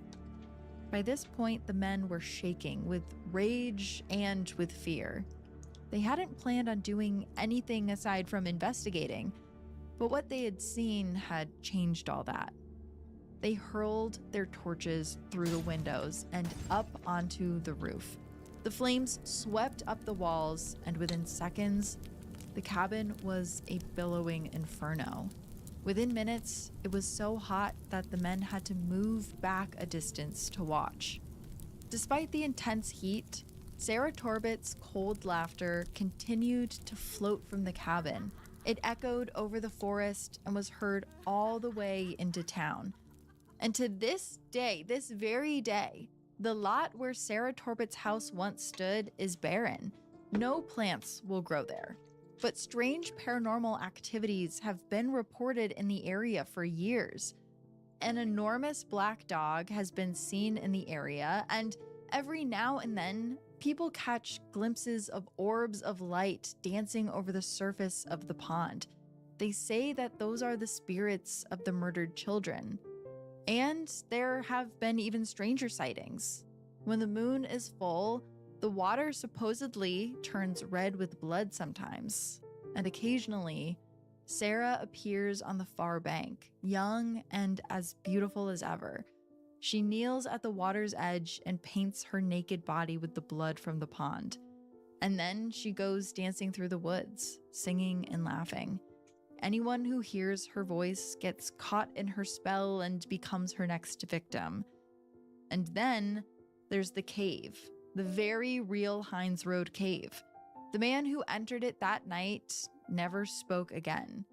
But people think he saw the body of Elijah's missing brother. There are videos online of people investigating that cave, and many of them report strange sounds or smells. One woman said she went all the way to the back of the cave and found an enormous dog with all of its skin flayed off, still alive and growling. But just as with any witch story, what's the truth? Was Sarah a misunderstood woman or a bloodthirsty witch? You would have to visit Hines Road Cave yourself to find out. But maybe you shouldn't. Or if you do, you should invite me. Remember, most Wicked Witches stories were originally meant to be cautionary tales.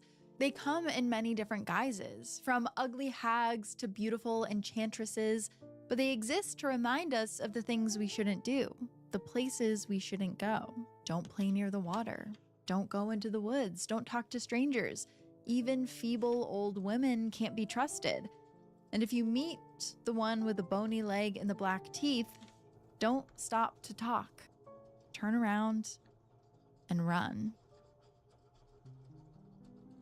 Heart Starts Pounding is written and produced by me, Kayla Moore. Heart Starts Pounding is also produced by Matt Brown. Sound design and mix by Peachtree Sound. Additional writing and research by Andrew Kelleher. Special thanks to Travis Dunlap, Grayson Jernigan, the team at WME, and Ben Jaffe. Have a heart-pounding story or a case request? Check out heartstartspounding.com. Until next time, stay curious. Ooh.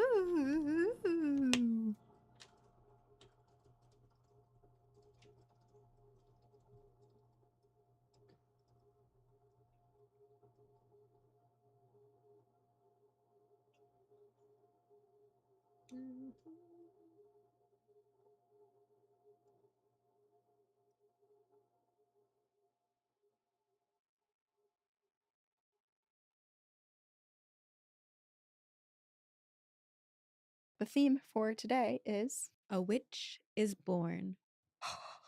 You are so magical.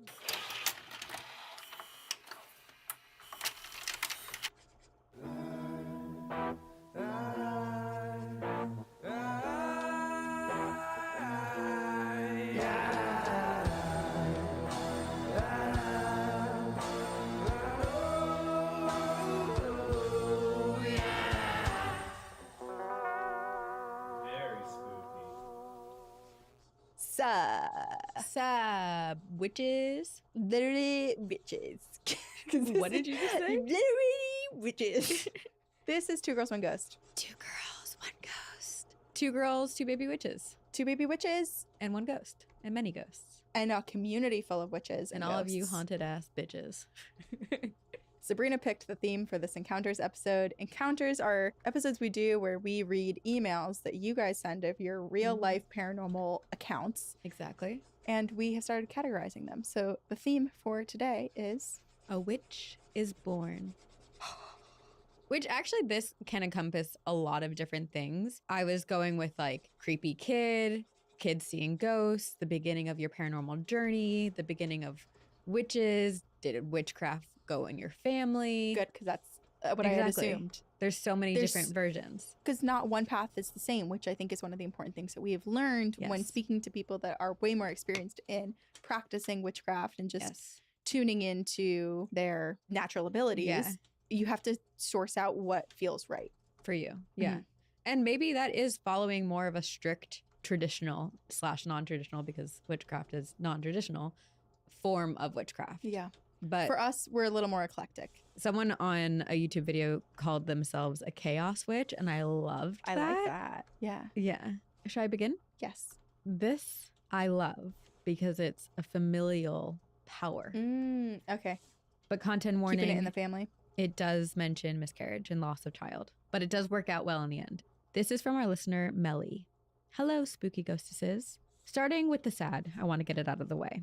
I had a miscarriage at the end of August/early September of this year. And before this, I kept having dreams of 2 kids, a boy named Mason and a girl named Mabel. In the dreams, I would give birth, and my husband and I would look at the child and instantly know what their name was meant to be, Mason and Mabel. I also knew how they would look. Mason would have dark hair and blue eyes, and Mabel would have sandy blonde hair and light-colored changing eyes, Wow, sometimes so very blue, different. sometimes green, sometimes gray. Hmm. However, ever since I was very, very young, I always felt like I would have 3 kids. So it was odd for me that I only ever dreamed of 2 of them. After the miscarriage, the doctor told me to wait 2 to 3 months before trying again. About 2 months in, I had a dream of the 3rd kid. Just like the other dreams, I gave birth, held him in my arms, and instantly knew his name was Marty, all M names. After this dream, I knew it was time to try again, and as luck would have it, I immediately got pregnant. Everything is going really well so far, and I keep having dreams about my kid. In each dream, he keeps telling me his name is Mason. And he What? looks like the first baby boy I ever dreamed of. Oh my gosh. Which is so cool too, because that insinuates that they're always there and meant to be with you, but they get to choose. Like the order doesn't necessarily Right. matter of when you dream of Right. someone or are exposed to their soul. It's when they feel ready to come. Right. And it's interesting that Melly has always dreamt about Mason and Mabel, Yeah. but always felt like they would have 3 kids. Mm-hmm. I asked my mom what she thought of this dream, and she told me that before getting pregnant, she had a dream of running through a large meadow with a little girl. Not too long after she found out she was pregnant, but they said that I was going to be a boy. She never believed the doctors and was not surprised at all when I came out a girl. My mom then told me that after having me, she started having dreams of another little girl with sandy blonde hair and light-colored eyes, exactly like my dreams of Mabel. Also, I've actually had dreams about Mabel, the little blonde girl, my entire life, even before I met my husband. Guess what my husband looks like? Sandy blonde hair, eyes that change colors in the light, sometimes blue, sometimes green, sometimes gray. I have chills.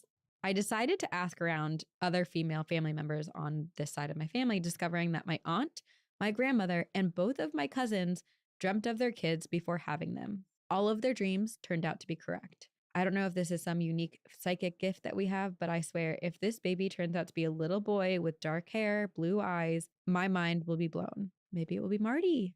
Oh my gosh. I will keep you updated to see if my dreams come true, though having a kid will make all my dreams come true regardless, especially if they turn out to be a spooky kid like me.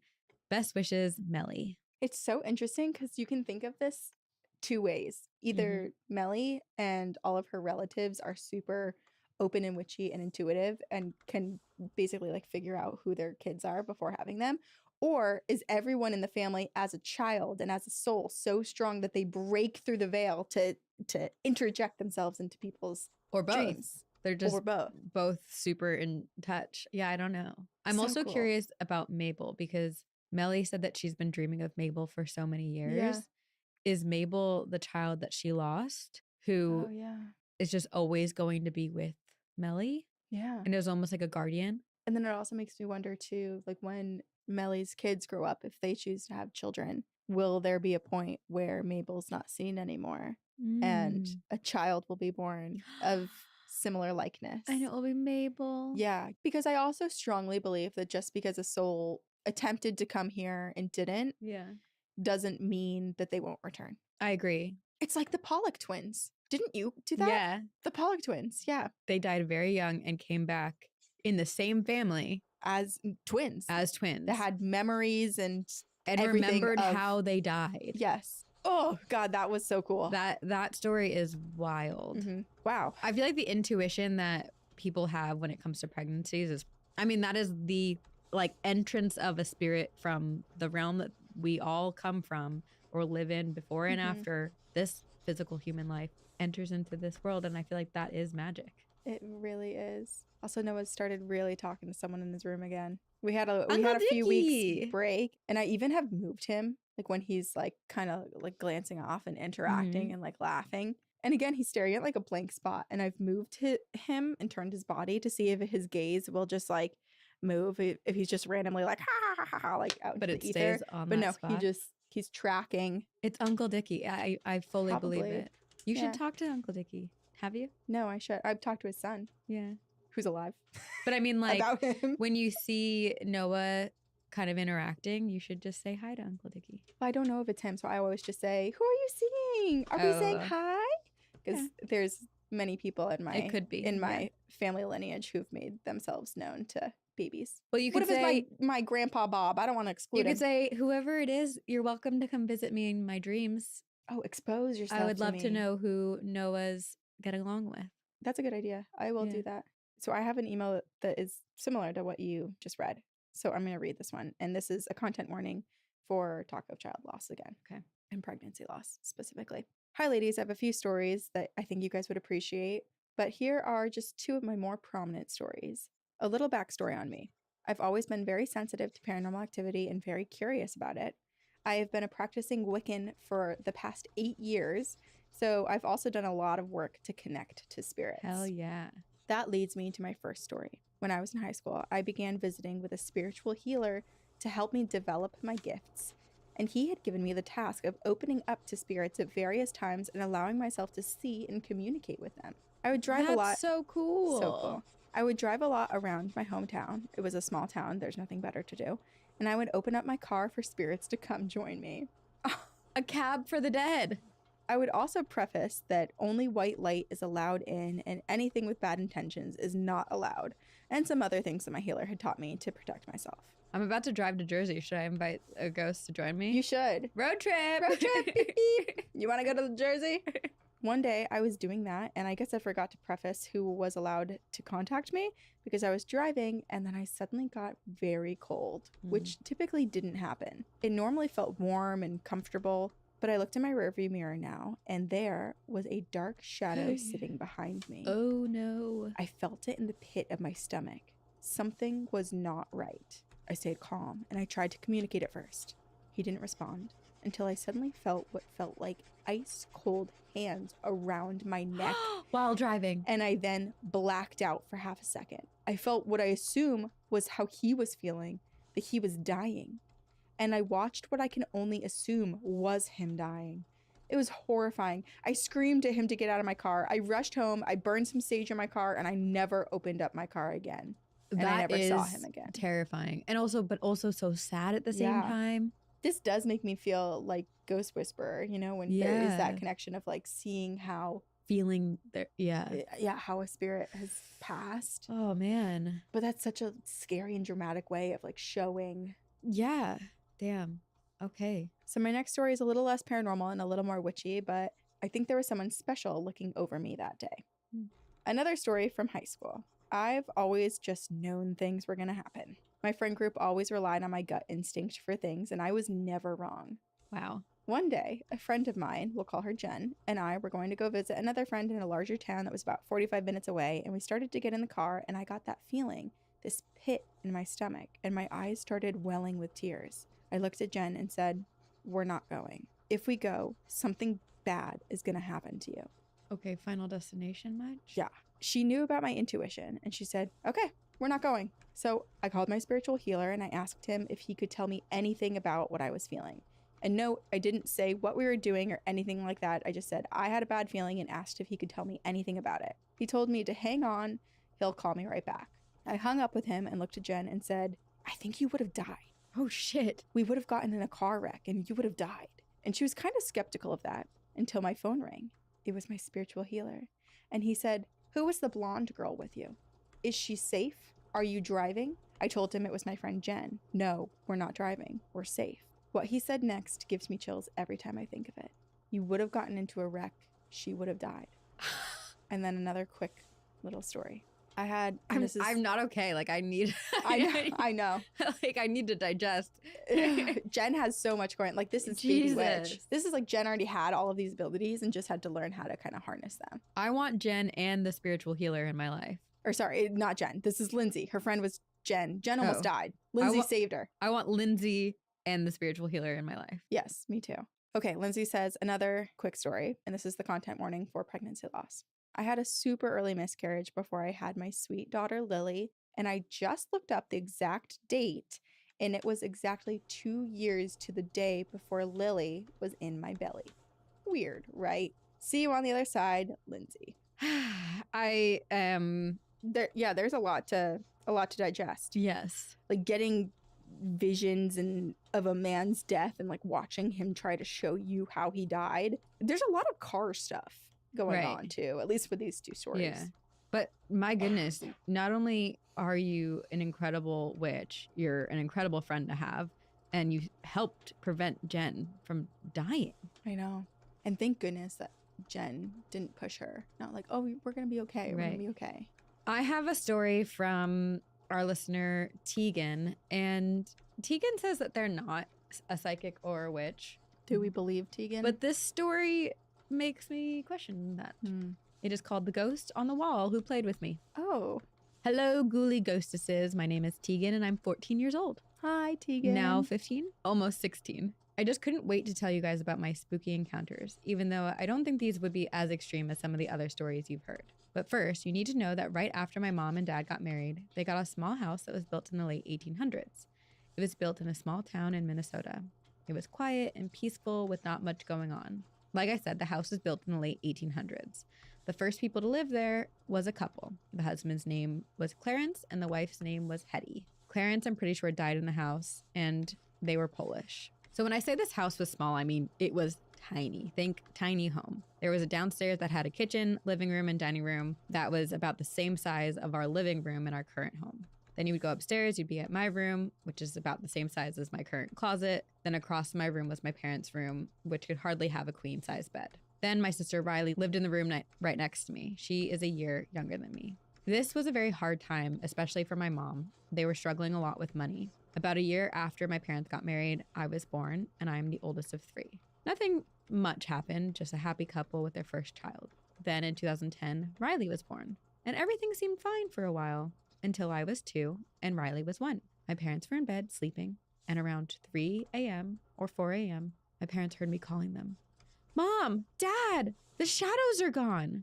Now my parents, who were new at parenting in a small house, bolted into my room because they were concerned. What shadows? My dad came in, my mom not far behind. What did you say? And I said, the shadows that play with me on the wall, they're gone. Now, we did have a tree in our yard, but it was in the front, and my window was facing the backyard, so it was not the tree shadows illuminating my wall. If it was ghosts, I wasn't scared of them. In fact, I was very unhappy and very sad that they did not come to play with me that night at 3 or 4 in the morning. Well, it was a part of her routine. She wakes up every morning at 3 to 4 to play She thought it was normal. the ghost. Still, the thought of me playing with something in the form of a shadow person is a little unsettling. Also, my dad worked at a restaurant and often got home around 2 or 3 in the morning, and one night my mom heard someone in the hallway. Half asleep, she thought it was my dad, so she didn't think anything of it.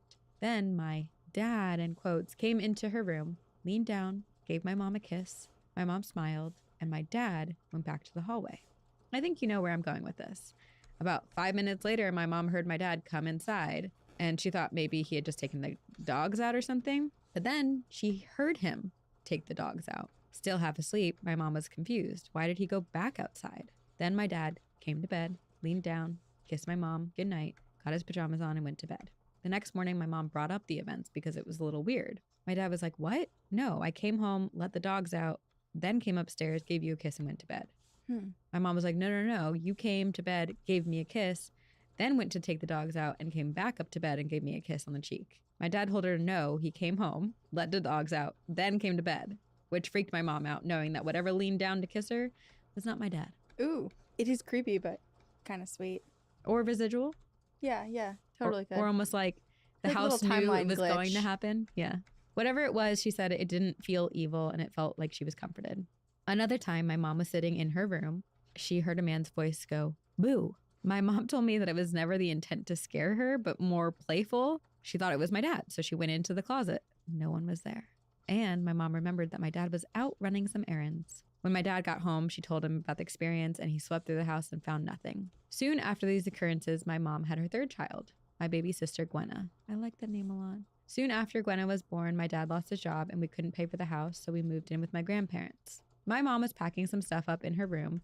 Riley was sitting on the bed, who was about 3.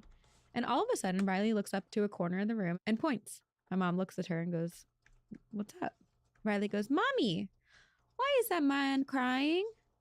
Oh so concerned for him. My mom looked in the corner and saw a fan, one of those plug-in fans that rotate back and forth. My mom asked, "The fan?" Riley shook her head. "No, Mommy, the man in the corner with the tall hat. He's crying and I really want to give him a hug." What a sweet little baby. I know. Riley exclaimed. My mom immediately called for my dad, who came up and told him what Riley saw. My dad took some pictures. The first two looked normal, but the third one had a small streak in the corner, right where Riley told my mom the man was. After all of these strange occurrences, my mom did some research on the house and found out that the people living there in the late 1800s and early 1900s immigrated from Poland.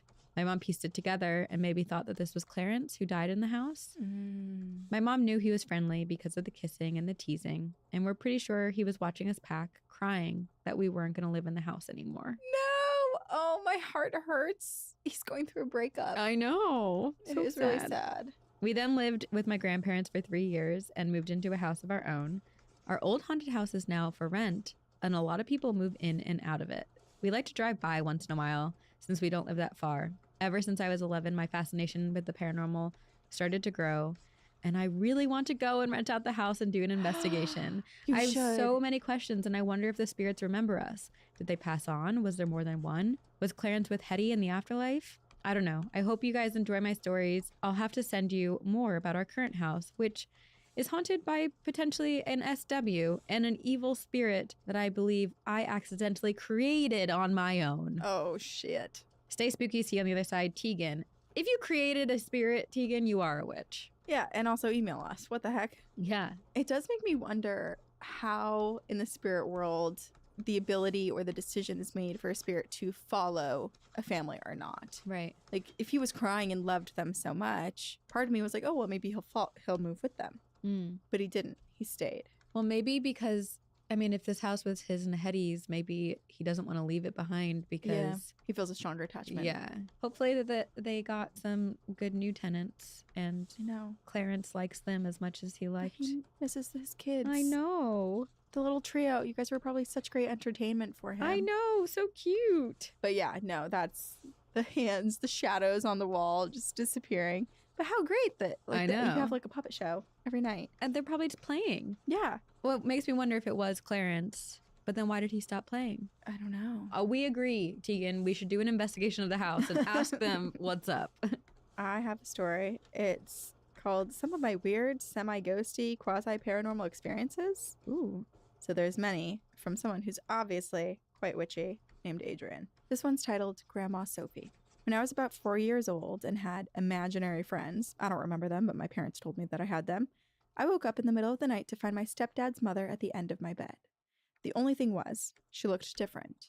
Her hair was perfectly done, as always, and she was wearing one of her infamous ornate kaftans that she was known for wearing when she was entertaining. But she was glowing. She was glowing this soft gold and green color. Aww. And she told me that she didn't want me to worry about her, that everything was okay, and that she loved me. Aww. I asked her if I should go get my parents for her or anything, and she laughed and she just said, "No, I just wanted you to know that I'm okay and that I love you." She faded away. The way that she showed up was beautiful. Yeah.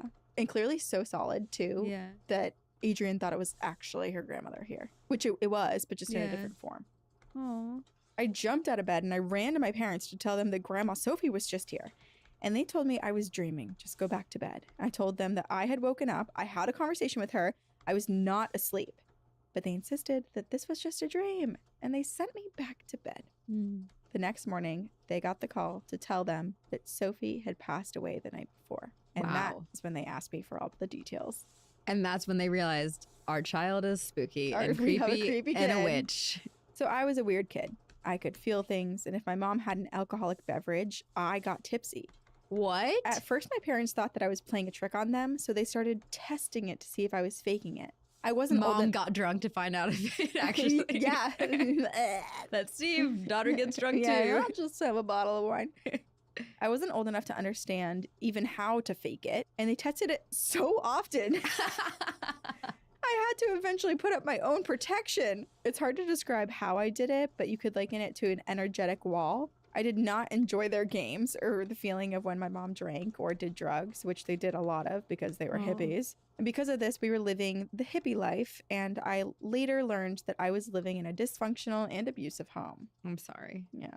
I used this ability to feel to see if I was safe to enter a room or the house or really anywhere. I could stand outside and feel if it was a safe time to go in or if I should just go sit down on the steps and wait. As I got older, I used this feeling to sense if people were good or safe or if I needed to steer clear of them. You're Matilda. Literally. I didn't like people to sit on my bed. It changed the energy of my bed, and it took me days to get it right again. When we moved to a farm in the Appalachian Mountains, I spent days out exploring and feeling the energy of the people who used to be there. So cool. I would walk for a long time to get to an old abandoned building, and I would feel the people who used to live there. And we had a couple hundred acres, and there were several old abandoned, falling in, or fire damaged homes on the land. And I used to see Native Americans on horses that would just fade away, just like my grandma Sophie did that one night when she visited me. You are so magical. I know. They didn't say anything to me, but we did make eye contact. I didn't want my parents to think that I was nuts, so I didn't tell them. I just asked a million questions about Native Americans and horses and ghosts and energy and the mountains. Wow. To the point that I was annoying, and my stepdad actually bought me some encyclopedias and said, "Here, read these. Literally These Matilda. These will answer your nonstop questions." Oh my gosh. That's when I also realized people's clothes had energy too. I was at the age where my friends wanted to borrow each other's clothes. Some clothes I could not wear because the energy just felt so off from what I was used to. And I often didn't want to wear my own things after someone had borrowed them. And as an adult, I still feel this energy, and I've learned how to clear it with sage and intention. I'm curious if it's the clothes. I mean, I do believe that everything is living, breathing, but is it the clothes themselves or is it the person who left the stain? That might be a mix because there's certain vibrations. There's certain fabrics I cannot wear. Certain fabrics. Yeah. Same. Yeah, it just feels so icky. Yeah. I'm a real estate broker, and I've specialized in bank-owned and government-owned property. And since the energy of a place can be very strong, I've cleared homes so that the new owners would not be influenced by things that happened there before them. I don't tell them I do this, I just do it. Which they are very grateful for. Yes. Even though they don't know why it happened or how the energy in the house is so They good. just get good vibes, which is great. And it's all because of you. You should pay extra or charge extra for that. I can't even speak. You can make that a job. Yeah. In its own. I noticed that history often repeated itself. A home with a nasty divorce would often lead to a divorce of the next couple that bought it, or a home that had occupants with financial losses and ended in a foreclosure would have similar outcomes for the next owner, etc. One government-owned home I was entrusted with selling made me so dizzy and confused when I was in it.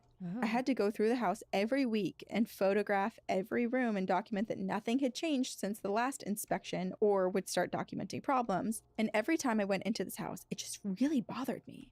It didn't feel like anything bad had happened, no violence. I would just get really dizzy and a little disoriented. I was like, get a grip, nothing is here. But the longer I was in this house, the more confused I would feel. It was so strange.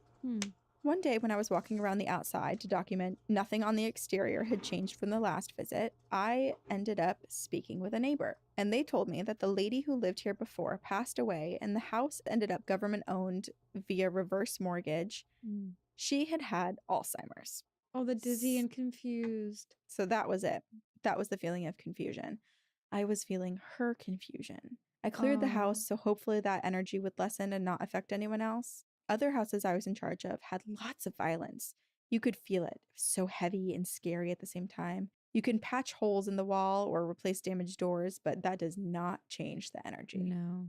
I'm so curious how they go about clearing out the energy. Yeah, clearing the space. What's your ritual? So now a story about a cemetery. When I was a teenager, about 15, we moved to a small town in New Hampshire. Down the street was a private chapel and cemetery surrounded by beautiful wrought iron fencing. We moved a lot, so new places were something that I was used to.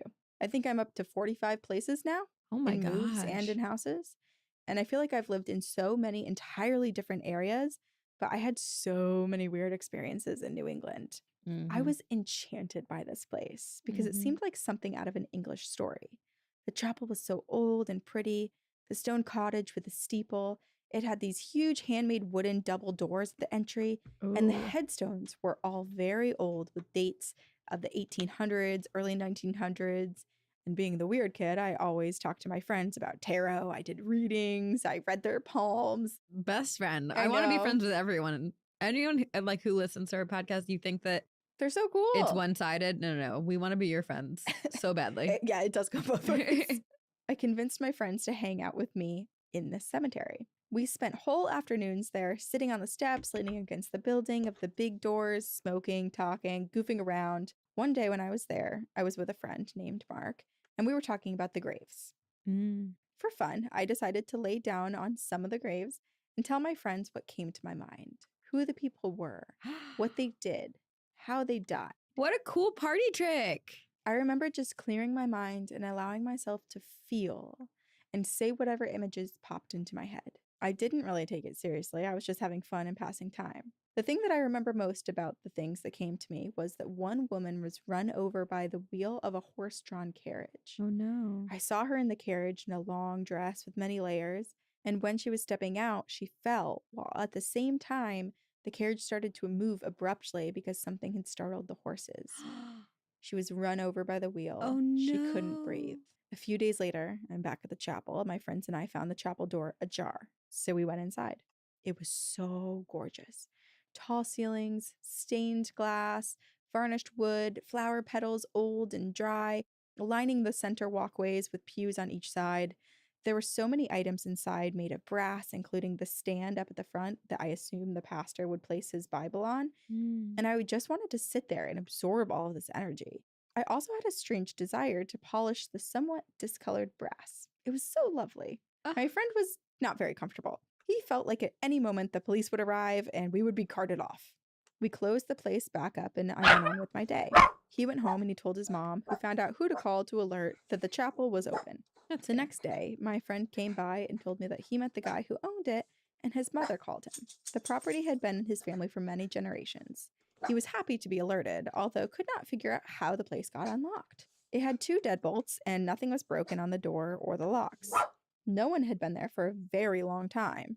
He said I could take the brass pieces home to polish them if I was so inclined, as long as I would not keep them for too long. Wait, this is amazing. This is also so New England. It is. I'm not sure why my friend told him that I wanted to do this, but I was happy to go meet the owner and lug things home for polishing. After I returned the pieces, my friend told me that when I laid on the graves and told him things, it was all completely accurate per the owner, and that's why he trusted me to take the brass things and return them.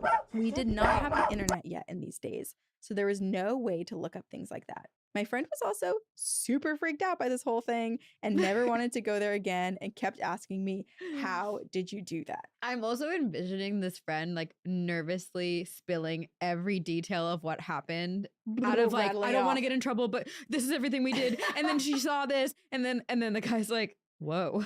I'll give her my brass items, sure. This little witch friend of seriously. yours, she can take them. Damn.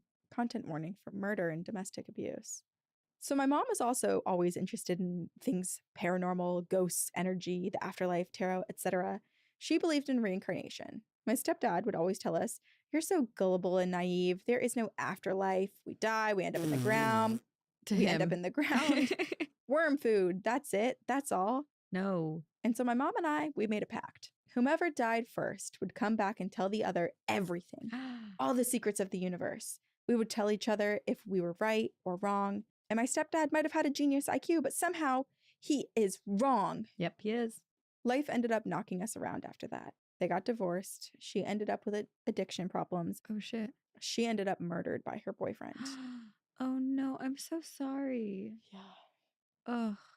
The day she died, it felt like I knew before I was told. She had moved to Texas and I was in Washington State. That day, I got the feeling of being watched, and a hot wind blew across me and made me think of Texas. I told my husband, "It feels like Texas today, with the wind like a blow dryer." He didn't really know what I was talking about. I continued my day with this weird sensation of being watched. I picked up my kids, I finished my work responsibilities, and I started making dinner. The phone rang. It was my grandma. She said, "Your mom is dead. Bobby did it. He beat her to death." Oh my gosh. She had no other details for me. Oh. I booked a plane ticket. I made arrangements to go there, leaving my kids and my husband at home. The kids were little. I did not need them to be a part of whatever this was. No. And later that night, when the kids were asleep and my husband was out, I sat alone. I was kind of in shock. You don't expect someone to die without warning, and she was only 49. I hoped she was okay and not stuck. That was my biggest concern at the moment, that she might be stuck, living out her last days over and over and over as a ghost or something. Oh. And then I saw her. I was not asleep. I did not have anything mind altering. I looked up, and there she was, glowing so bright I couldn't look directly at her. Oh. I didn't see all of her. The light was just too bright.